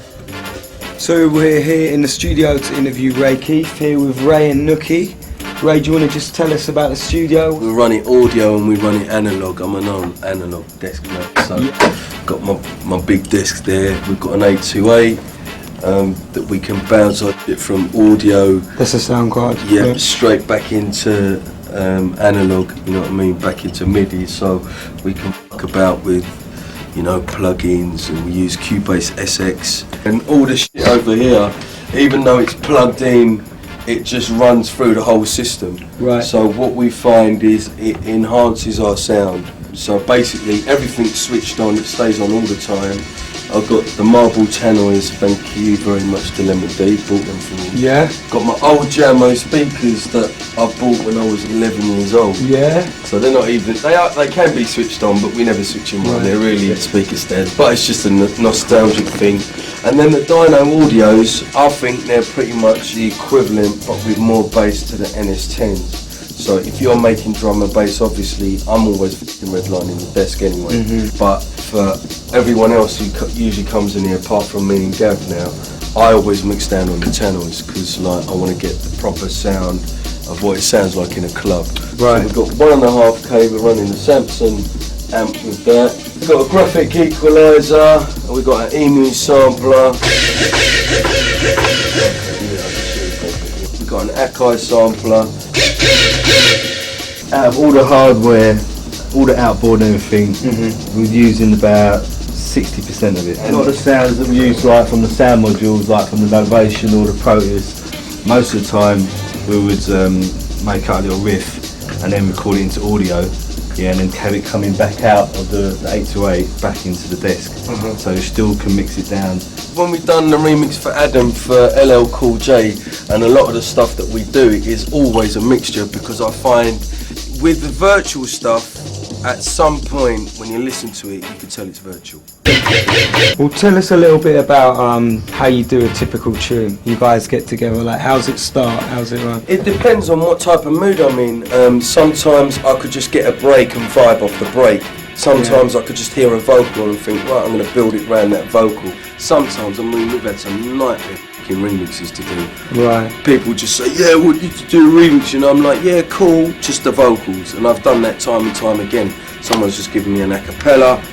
You know, I've got some session musicians that come in, or other vocals, you know what I mean? Recently we worked with Navigator, we worked with Alex. Before that I've done some stuff with Big Brothers. Big Brothers, they just gave me like the a cappellas, and it all had the harmonies in there as well. You did it into a drum and bass tune? Yeah, and then I just done a remix, right. And we've done that numerous times. You guys, you're working on something now. Tell a little bit how this vibe started. Basically I got the break, went straight into our MP3 catalogue of samples, bits and pieces, and I was just vibing off of that, you know what I mean? And the beginnings changed like 4 times already. Do you want to give us a blast? Where's that Mentasm? Is it already on that Mentasm sound, yeah? Basically this has been resampled from the original days. This is obviously one of the tunes that was around early 90s, and that came from Joe Belch from Mentasm. This sound here has been ripped, reversed, busted, whatever you want to call it. We've just taken it and we've played it in several notes. We've recorded it into the computer, into audio. We've put some effects on it, and then we've just bounced it back again through the 808, obviously, into the desk, and then I've re-EQ'd it again. Right. We were able to, like, again, manipulate the sound. And I think a lot of the time with just running it with your laptop, that it doesn't give you that warmth. When that came out, that was the best thing since sliced bread. With the Akai, it's with the filters on that, for me they're more raw. Yeah. With the filters on that, they're more smooth. So right. Again, I've got the best of both worlds, plus I've got the audio. How do you think it's changed since you were doing tunes back then? It's changed a lot. Think it's easier? Oh yeah, certain things easier. At the end of the day, what I've always said is it don't matter what you use, it's how you use it. Yeah. People using the aim and brake from day one, people still using the aim and brake now, but they've changed it up. They've added like different edits to it, different effects, compressed it, made it fatter, so it can sound different. These days it's easier to like chop up a 16-bar break and recycle than to sit there in front of your EMU sample or Akai sampler for like 2 hours. You know, I know a lot of people are in there, 9 hours on one break. Well, at the end of the day, is that break gonna make people dance?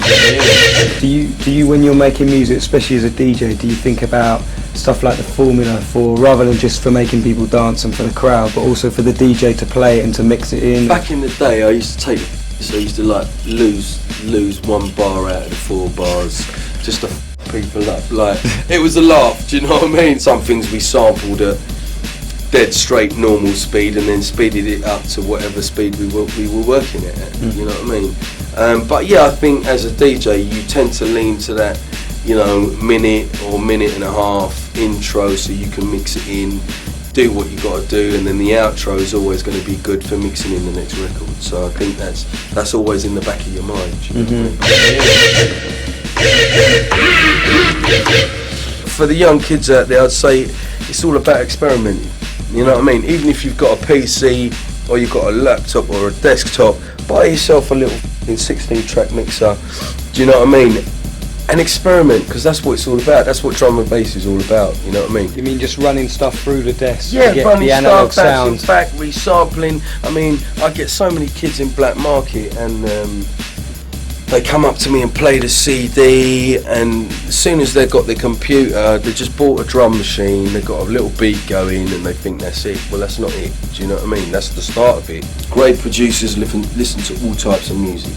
You know what I mean? Half the kids, unfortunately, out there because of the internet, don't even know where the fucking breaks are coming from.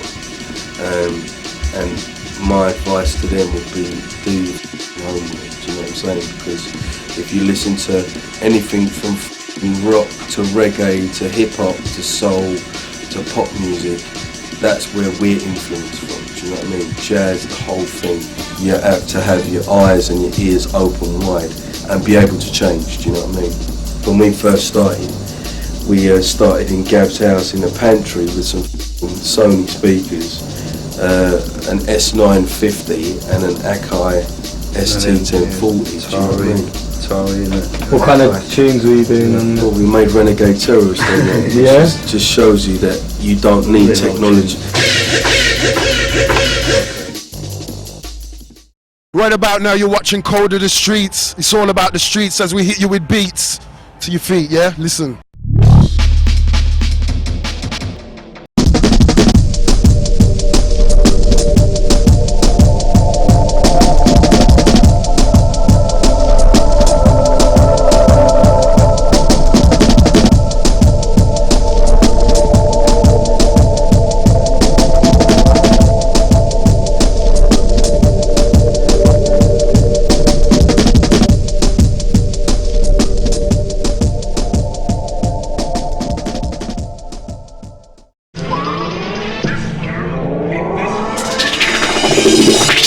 Now, you know, if you're into drum and bass, loathe me or love me, you know who the bloody hell I am. Any DJ who comes to my night and doesn't get a response, then there's something wrong with him. I'm one of the lucky ones that ain't got a bullet in his head, ain't doing 10-year stretch, you know, hasn't got like after the London Mafia after me. So as I said earlier on in the interview, we're here at the Heatwave Studios in East London. Tell us a bit about your background, pre-jungle, pre-hardcore. Like, let's talk about when you started off, like you were saying, spinning reggae, spinning reggae. Well, I started off at a school called Brookhouse. Let's go way back. And I used to cut up reggae, hip-hop, rare groove, breaks. I'd cut up, do tricks. I'd have like him reggae MCing over the top. I'd have Smiley and PJ rapping. And what we were doing then, nobody was doing. Like, people were rapping, or people were scratching, or people were reggae MCing, or people were playing reggae. No one was doing the whole thing like that. And we really thought we were great. You know, I used to go to look at other people doing what they're doing. I'm not going to name nobody, but I'd be in a rave like, hey, I should be there. I see it today in what I'm doing with the young kids. You know, I meet kids that are so like, I flipping hate all that liquid stuff. It's rubbish. Well, that's an ignorant view. And they won't have it, but then, you know, 4 or 5 years time I meet them out and they're either telling me, yeah, you know, I love liquid now. And I'm like, wait a minute, you were slagging it up? Yeah, but I was young, I was stupid. As a young producer or a young DJ, you want it all now. And you want it yesterday, and you're frustrated, you can't understand, why ain't you playing my tune, why ain't you so idiots? And I understand that because I've been there myself. But take advice from the old boy and go at a slower pace and debate. It will happen. If you're good, it will happen. If you believe in what you're doing, and also be real to yourself. Some people play me music, or they're a DJ, but they stand there, or they're a MC, and they stand there in my face, and I can see they really believe they're amazing. And I'm like, do you, you know, and you can't argue with that person or give them criticism. So my advice is be real with yourself, and know your own faults, and be real, you'll be alright. And if you're serious and you do it real, I've always, you know, everything about me is this keeping it real. What you see is what you get. Love me or hate me, this is what I do. I very much thrive on that because I believe if I stick with that, I'll last long. When you got into the scene, who were the people that pushed you the most and encouraged you to kind of like carve out what you were doing and go forward with it?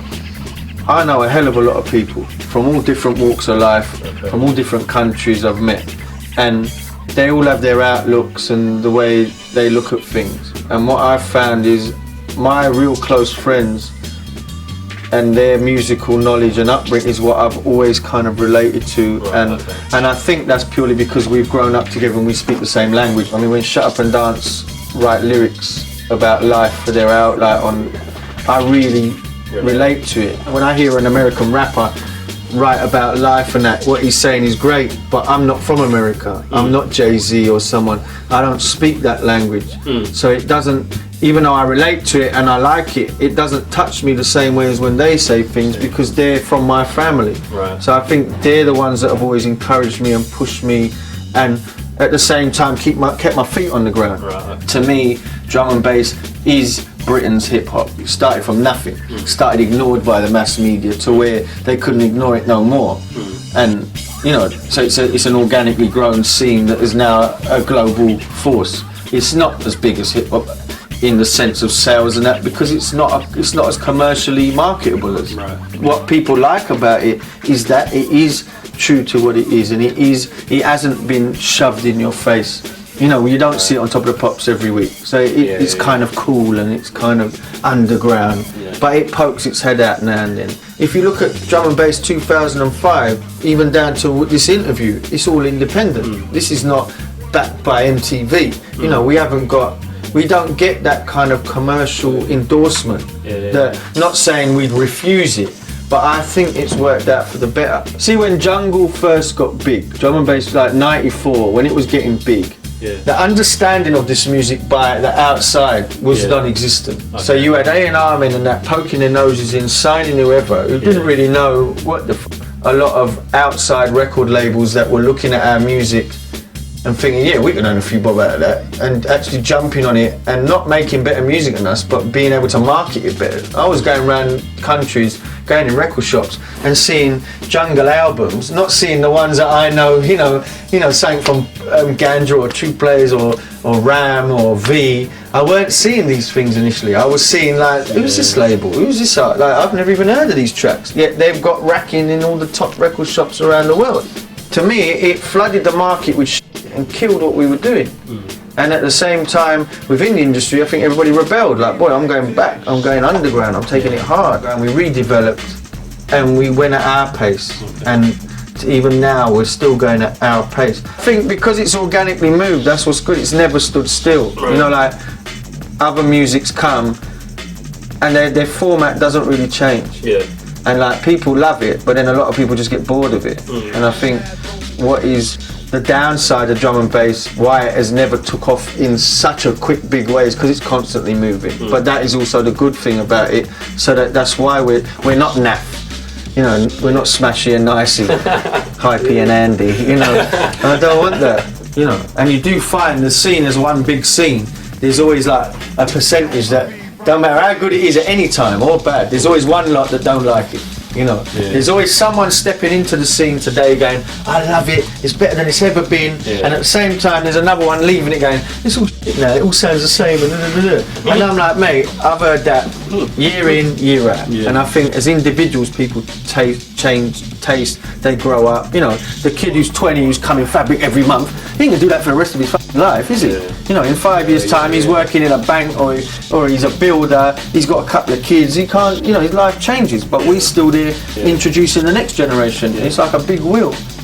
In a way, like how I would like the scene to be ideally, I would like it where the big parties have a good mixture of the music, the audience is multicultural, the international love of it is good. You know, there are specialist clubs that keep little thing, you know, like as you said, out of these little clubs comes the new thing that gets introduced into the mainstream. I remember doing Jungle Fever 1993 in Coventry.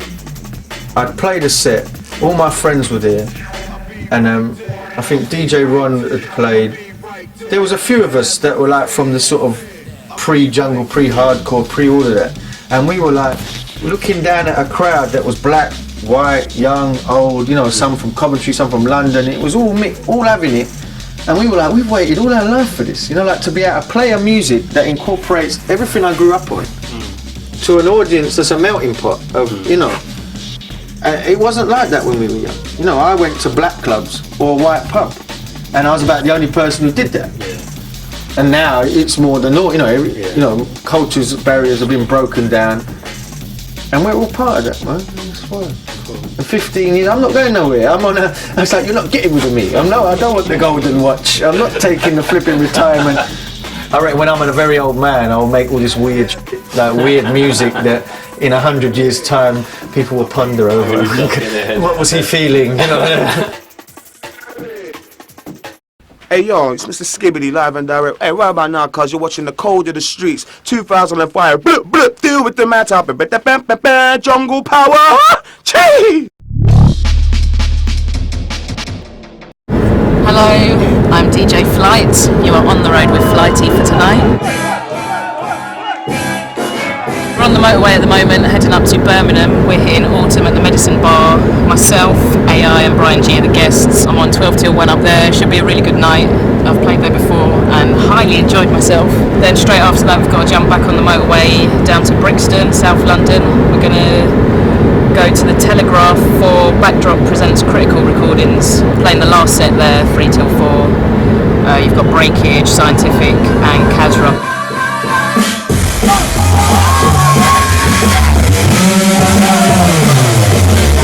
Got Mr. JRS in the driver's seat tonight. Healing crew representing. Do you want to say hello, John? Hello.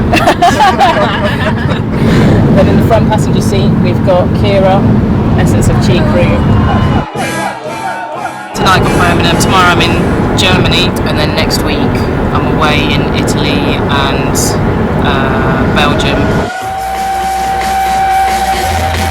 I never set out to be a DJ. I started buying records just because I wanted to have the tunes that I really liked. Started working part-time in a record shop, and then a couple of guys that I met there hooked me up with Flex FM, the first pirate that I played on. Because I was going out a lot, like 3 or 4 times a week, I knew loads of people. So I think people had the idea that I was doing a lot more than I actually was at the time. Because they were just seeing me everywhere, and I was going in Black Market every week buying records, going in Section 5, buying tunes. I was playing on pirate like Flex FM, Pressure, then had a regular show on Rinse FM with Stamina. Started to get the odd bookings here and there. I never thought, right, I want to be a DJ, I want to get this amount of bookings, blah blah blah. It just sort of happened quite nicely.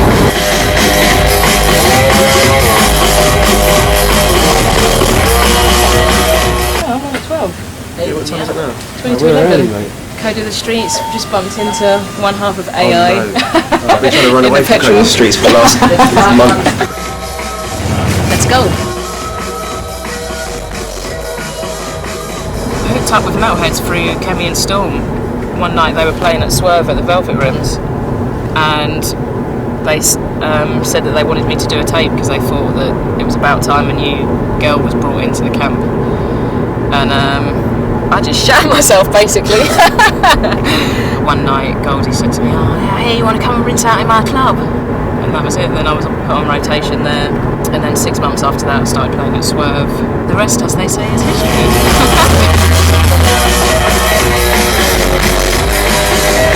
I hooked up with Breakage when he started coming down to the record shop that I used to work in. He started giving me tunes and I was playing them, and Bailey was playing a few of them. And then this guy that we're all sort of friends with, a guy called Forrester, I think he hooked him up with the reinforced law. So yeah, myself and my good friend Paula starting a label very soon. It's called Play Music. First release is by Martin from Holland, formerly known as DJ Pan. 2 tunes called Next to You and Deepwood, which are bad, quite different flavours. It's got a bit of a Detroit sound going. Got something coming from Visionary out of Toronto, Heist. Hopefully there'll be an Alias 12 on the way. The timing just feels right to do it now. I think I'm at a position in the scene where I can push things more than I would have been able to maybe a couple of years ago. I've got a rough idea what sort of tunes I want to play, but I'm going to feed off the crowd really. See what the guys on before me are playing, see what they're into, test out a couple of different flavours. I like to get there in so that I've got enough time to adjust to the climate of the club and stuff, and just get a general vibe. Right, we're almost at the club now. I'm getting some butterflies at the moment. I always get nervous just before I get to the club. I just want to get in there now.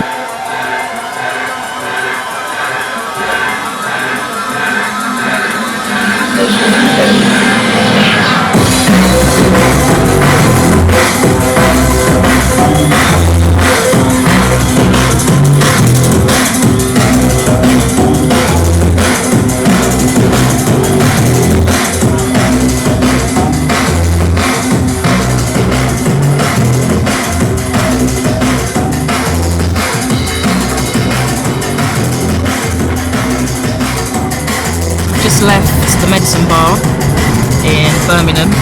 It was absolutely wicked in there, rammed packed, wicked vibe, the place was going off. I really enjoyed myself. guys always put on a good party. Good lineups, good music guaranteed. Ace.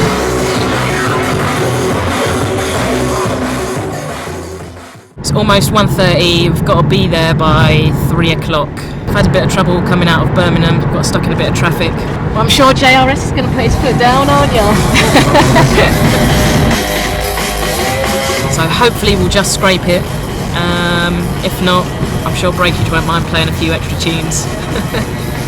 Anyway, off to Brixton, catch you up in a bit.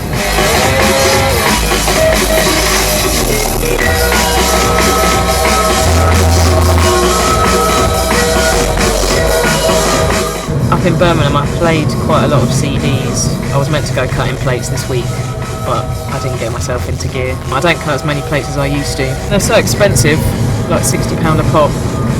I can't afford to cut everything that I like, so yeah, I do mix it up with vinyl and plates and CDs.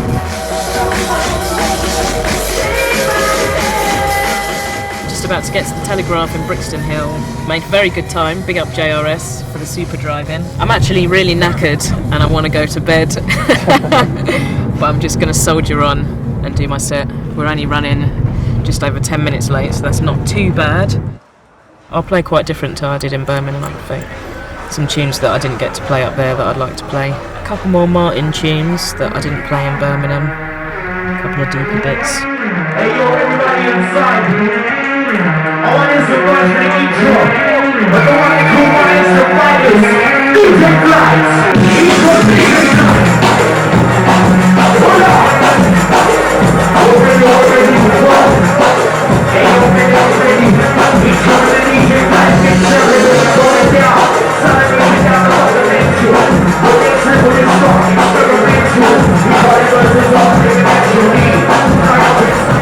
Getting paid to play some records that I love to people that love it as well. Can't really class it as work, can you? It's just fun, really, ain't it? Hey, I'm AJ from Evil Intent, and you're watching Code of the Streets. We're here at Southern Records Distributors, otherwise known as SRD, and we're going to be talking to Commercial Suicide head honcho, DJ Clute.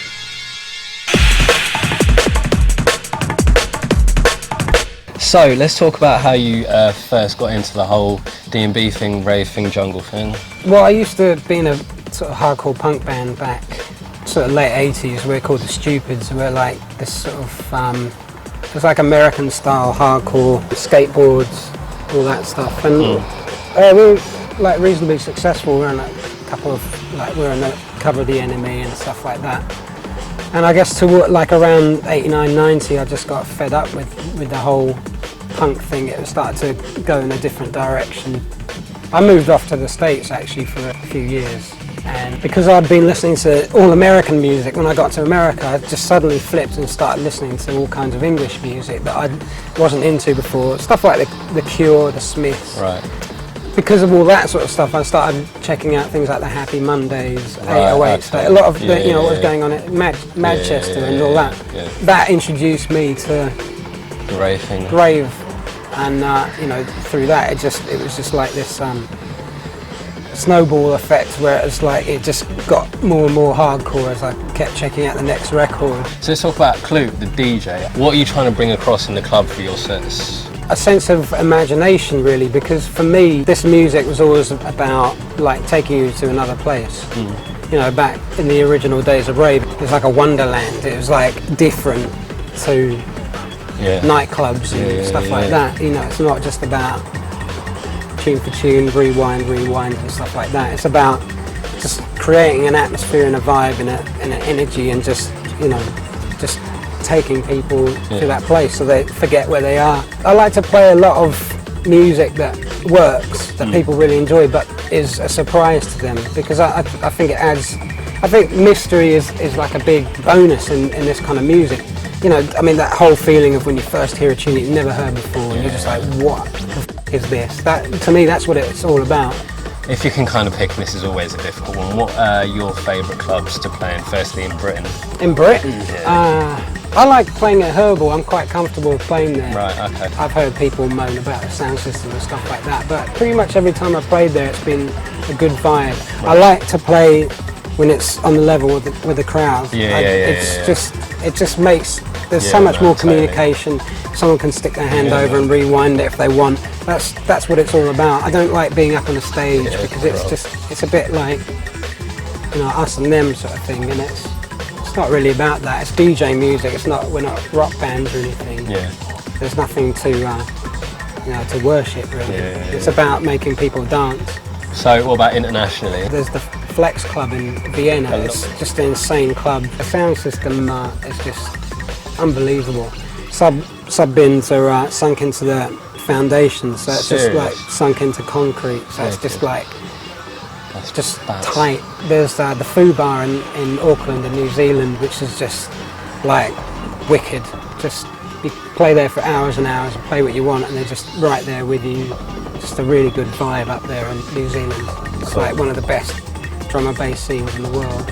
So yeah, as you said earlier, you were quite heavily into the kind of guitar bass scene around the late 80s and early 90s. When did you start properly getting into electronic music and recording yourself? Well, I bought a sampler in, I think it's 91, might be early 92.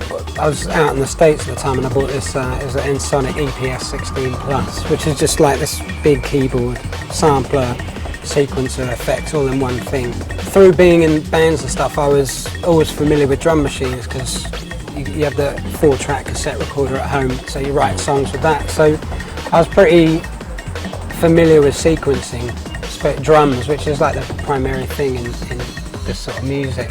So I just started basically making rave music because it was just, you know, just bits and pieces, odds and sods from everywhere. I was like sampling up like ABBA and Bros and stuff like that back in the day, just because you were just looking for any snippet you could get of anything. For me, it's so important just to find that old tune that I used to like when I was younger and put that in a tune. It just takes it a totally different way. It means a lot more. What was your first release, electronic kind of release? Deep Red #1. It was Super Touch, which I think it did about like 700 copies, but it was only just a white label, and Deep Red was Red Eye's label.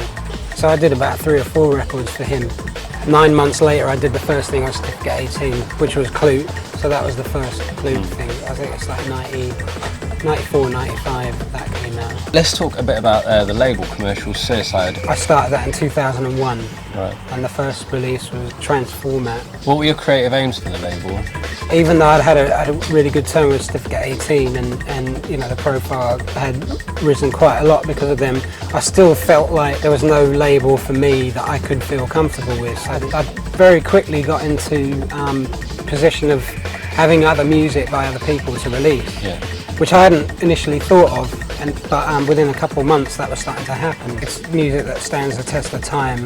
It's not just about what's up in the shop this week and forgotten the next. Let's talk about the name of your label, Commercial Suicide. There's a real strong idea what with the logo and all the rest of it. I mean, tell us a bit more about that. I was just thinking back to interviews in magazines and stuff, how, like, especially in drum and bass, everyone likes to put across the image that everything's great, everything's really successful, and you know, there's no questioning of that. That's how people seem to be, and I just thought, well, I don't want to be like that. I think it'd be funny to have a label that you just say, actually, no, it's all really bad and it's been a failure. I get bored with the status quo, I get bored with routines and stuff like that. I've always got to change things up just to keep myself interested. Right. It's just from being a punk rocker, really. It's just question normality, I guess. That's just me, though. Yeah. Right, thanks a lot, Clute. It's been wicked talking to you, man. No, my pleasure. And that's a wrap, so to speak. This is Mampy Swift, you're watching Code of the Streets DVD.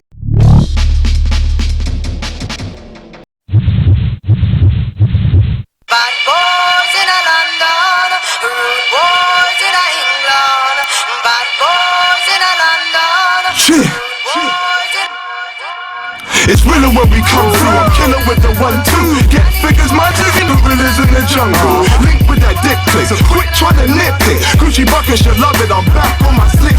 Boys like us, use Spain for the good. SAS, launch party, brought game to the hood. Pause that I'm gonna reinforce the shine. My metaphors and lines make you pause, rewind. Right, we're talking with Mr. Mayhem of the Dipset. SAS and the Eurogang. How you doing, bruv? What's going on, mate? Cool. Right, let's get into it then, man. From the bottom up, the hip-hop thing, when did it begin for you? 98 when we moved to New York. I had a basketball scholarship to play in the high school, so me and Mega both went out there. Been playing basketball since I was 15. I was playing like for London Towers, under 19s, under 17s at the time. Cool. I played for Brixton Men's for a year before I left. As soon as I stopped playing basketball, the coach turns a blind eye to what we're doing in school and all that. Then we started getting about, you know what I mean? Running around. You'd find us in Brooklyn, rapping to anyone that had a record company T-shirt on or whatnot. You know what I mean? Like we was on hungry, aggressive, guerrilla style. Then our name started to spread around. Cool. On the street level. Then we got into trouble. Going to the street. Police got involved and all that. My mum was like, you know what I mean? You're not even playing basketball no more. I was fucked. I like, she tricked us, right? We came home, and then she was like, you're not going back. My brother's got a scar clean across his face, you know what I mean? So do you think if you'd have had just kept on hustling and kept on doing the street thing, I would have been dead or in jail? Basically. That's guaranteed. When I creep in Jags and squeeze the mags, you wrapped up like a sleeping bag. You're pathetic. Made a ghostwriter. Check the credits. I hit you up like 2 ways, prick. Get the message. 6'4" and our floors changed. Being in London, I thought it would have to be subject to London. Right. But what happened was people from America would come out here and say, I'm looking for the next group so I could take back to the States. That's how we met Cypher Sounds. He took us on Westwood. That's how we gained our respect from Westwood. Right. Cypher took our freestyle back to America, Hot 97, spent it 100 times and had everyone from Busta Rhymes to Nori to everyone else calling him. So we then knew that all the Americans knew who he was automatically in the tri-state area. From that stage, we met the Diplomats. Like at that time, Channel U had just come out. Right. And I think there's a lot of mixtapes going about the circuit and that. We was on every single one of them. So we thought, okay, now Channel U's about is visuals, innit? Put the videos out, and that's when it got crazy. I've even watched over the years, certain Americans come over here, go there. Yeah. Ja Rule pioneered the Burberry thing. Jay-Z's pioneering the Visu thing over there right now. So I'm thinking to myself, all right, if I would have came out 2001, what would have happened if I pioneered Burberry, Visus, and a couple of Jags and a couple of other cars? You know what I mean? What would have happened? You know what I mean? We would be a phenomenon. Right. So I was burning, sitting at home in England thinking, damn, these Americans can't be doing this no more. You know what I mean? We have to get over there and Because at the end of where the it came day, from. they're coming over here, they're taking something that's just British, Burberry, and they're taking And I over. can't be heard. So as soon as Channel U came out, that's why I felt better. Now we have a video out, Bad Boys. Yeah. Fat Joe's video that just came out is identical. We took the belly scene, contact lenses, everything. He's done exactly the same thing. Yeah. But the whole of England's gonna know what's popping as soon as this of video course. comes out here. See, that's us paying tribute to the older legends that we consider as legends. Because I used to go crazy to that song when I was Of course, So I'm not gonna sample something from the 80s. I'm gonna sample something that I grew up listening to that set me in that frenzy. You know what I mean? A British thing, So man. shout out to Shy FX and UK Apache as well. You know what I mean? Like 'cause they gave the go and all like the whole swagger we was going on with in the video. We trying to make it look very London. You know what I mean? Yeah, man. Filmed in a car park. Yeah. Trying to give it that rave scene. It was like 95 Jungle meets 2005 UK hip hop. I do this for my. I do this for my. I do this for my. Shit. You gotta roll with your skank, cause we live in the jungle. And if you come to my end, just be ready to rumble. How quickly did you have to learn about the industry? I do a lot of reading, innit, like about music and all that. So I kind of anticipated the bullshit, but I didn't anticipate how thick the bullshit was. Right. Like it is really serious. Like this whole game is an illusion, especially in America. You know what I mean? And England's just politics. You don't come in thinking you're gonna get a mill and all this, and it's all yours. It's bullshit. You're not even going to make no money till your album comes out. And you're not making money off your album because you're a slave, probably getting 90 cents a CD or 90 pence or whatever it may be. You know what I mean? You get money off shows. New York gave me more game. Now I spit fire like a warplane. Shipped out like Brooklyn. Kicked out the door frame. Made a name. Now I'm with the dips at the board game. How important do you think it is to be representing the fact that you're British? Oh, it's very important. Like, because right now, over there, they don't even understand that we have hoods over here, or we have ethnic minorities over here, or anything. Yeah. We've been brought up on American visuals, MTVs, sitcoms and all that. They've never really seen nothing from us except Snatch. What do you think British hip-hop can do in order to kind of help itself? We shouldn't be as ignorant, because I think right now we're being anti-American, and that's not the key. The key is to tag teams together and go over to America and fuck it up, and bring each other. You know what I mean? Like, I'm seeing a lot of artists go to America and disappearing. I came in the game, automatically Eurogames coming with me. After Eurogames through, I'm going to walk artists into labels. Yeah. I'm not going to blow just by myself. How long is that going to last? All right, Yeah, the okay. English sensation. Yeah. That'll last like 2 years, 3 years in America. Yeah. Unless they start seeing how London lifestyle is, they start seeing films coming out of London, Yeah. other artists coming out from London, then it'll Yeah. be easier for them to assess me and judge me as an artist. Try and go America, try and do it by yourself. Go ahead, do it by yourself. They'll be like, who is this guy? You're a prick. That's what happened to us. We came to high school, what is this tight jeans you're wearing? You're pricks. We'll get this dude to rob you. People try, they were shooting at me outside of high school. I was ducking bullets outside of high school, broad daylight. So, till I got my rep on point and had my little gang of thugs behind me and all that, no one wanted to hear anything. Like it don't matter how fly you are and all that. But as soon as I got my respect up, that's how we got big. Kanye West bigging us up, Busta bigging us up, Dame running around bigging us up. You know what I mean? That's how we got really, really seriously big. That's why we had to put out a product. That's why our mixtapes are more like an album. We leaked 16 songs. Yeah. We basically leaked our album. Yeah. I don't care. It's like we took our files from Rockefeller when no one was looking. Yeah, we stole our files. We have all our masters. So, you know what I mean? It's too no. You know what I mean? So we did leak a lot of songs, but we still got much more songs. Our album's sitting there brewing right now, and in Chuel's membrane in the studio. Deep, very, very deep, very deep. A lot of revealing things, you know. Of course, that's what I'm saying. You don't get exclusive. Rep till I die, true. Death to my rivals. When I ride through, throw up sets with them diamonds and bang with a rifle. Over a 6-shot, 20 gauge pump, turn your brains into trifle. Talk a bit about Rockefeller and the split and Jay-Z and Def Jam and stuff. Can you tell us what the current situation is? See, this is exclusive because no one's really asked me this question. You would have thought as soon as as soon as Rock got sold, everyone would have thought, well, what happened to SAS? They knew it was coming because Dame said something about he had only put so much time before he could sell it. Then Jay-Z took presidency at Def Jam, so he's in control of Rockefeller again. So what has happened now is the whole estate property, excluding Beanie Siegel, has gone with Jay-Z. Okay. And Beanie stayed with Dame. Okay. Cameron already wrote a clause in his contract. He told me last summer that if Jay does take presidency, he's going to have a clause in the contract where he can step out the deal. Because Jay doesn't, they don't see eye to eye, but there's an ego thing and they can't really do business together. And we stepped off with Cam as diplomats. Okay. They're the ones that found us, and without them, nothing would have happened. As far as you're concerned, things ain't changed, and it's again adapting. Yeah, plus we didn't sign any paperwork with Rockefeller either. We never actually signed paperwork for them. All them videos, all that things, all the parties, promotions, we was doing them ourselves. Well, ma'am, it's been interesting, man. Cool. Original top to top to top shot. Original top to top to top shot. Original top to top to top shot. Spark your lighter, wave it higher until a top shot. I'm Spirit, and you're watching Code of the Streets.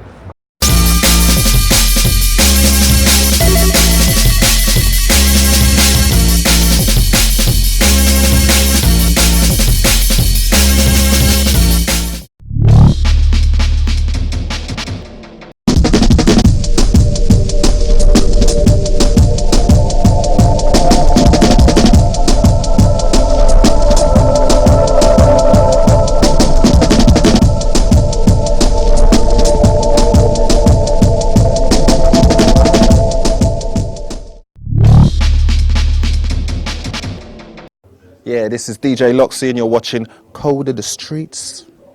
Easy.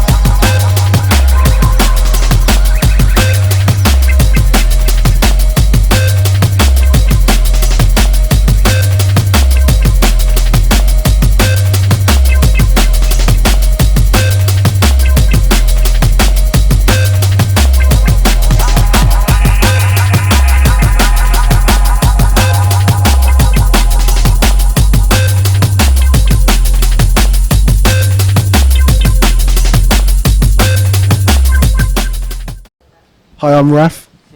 And I'm Illogic. This is Code of the Streets. Can we do that again? You right, I'm Raf. I'm Raf. Oh, I can't do it. Okay, I'm Raf.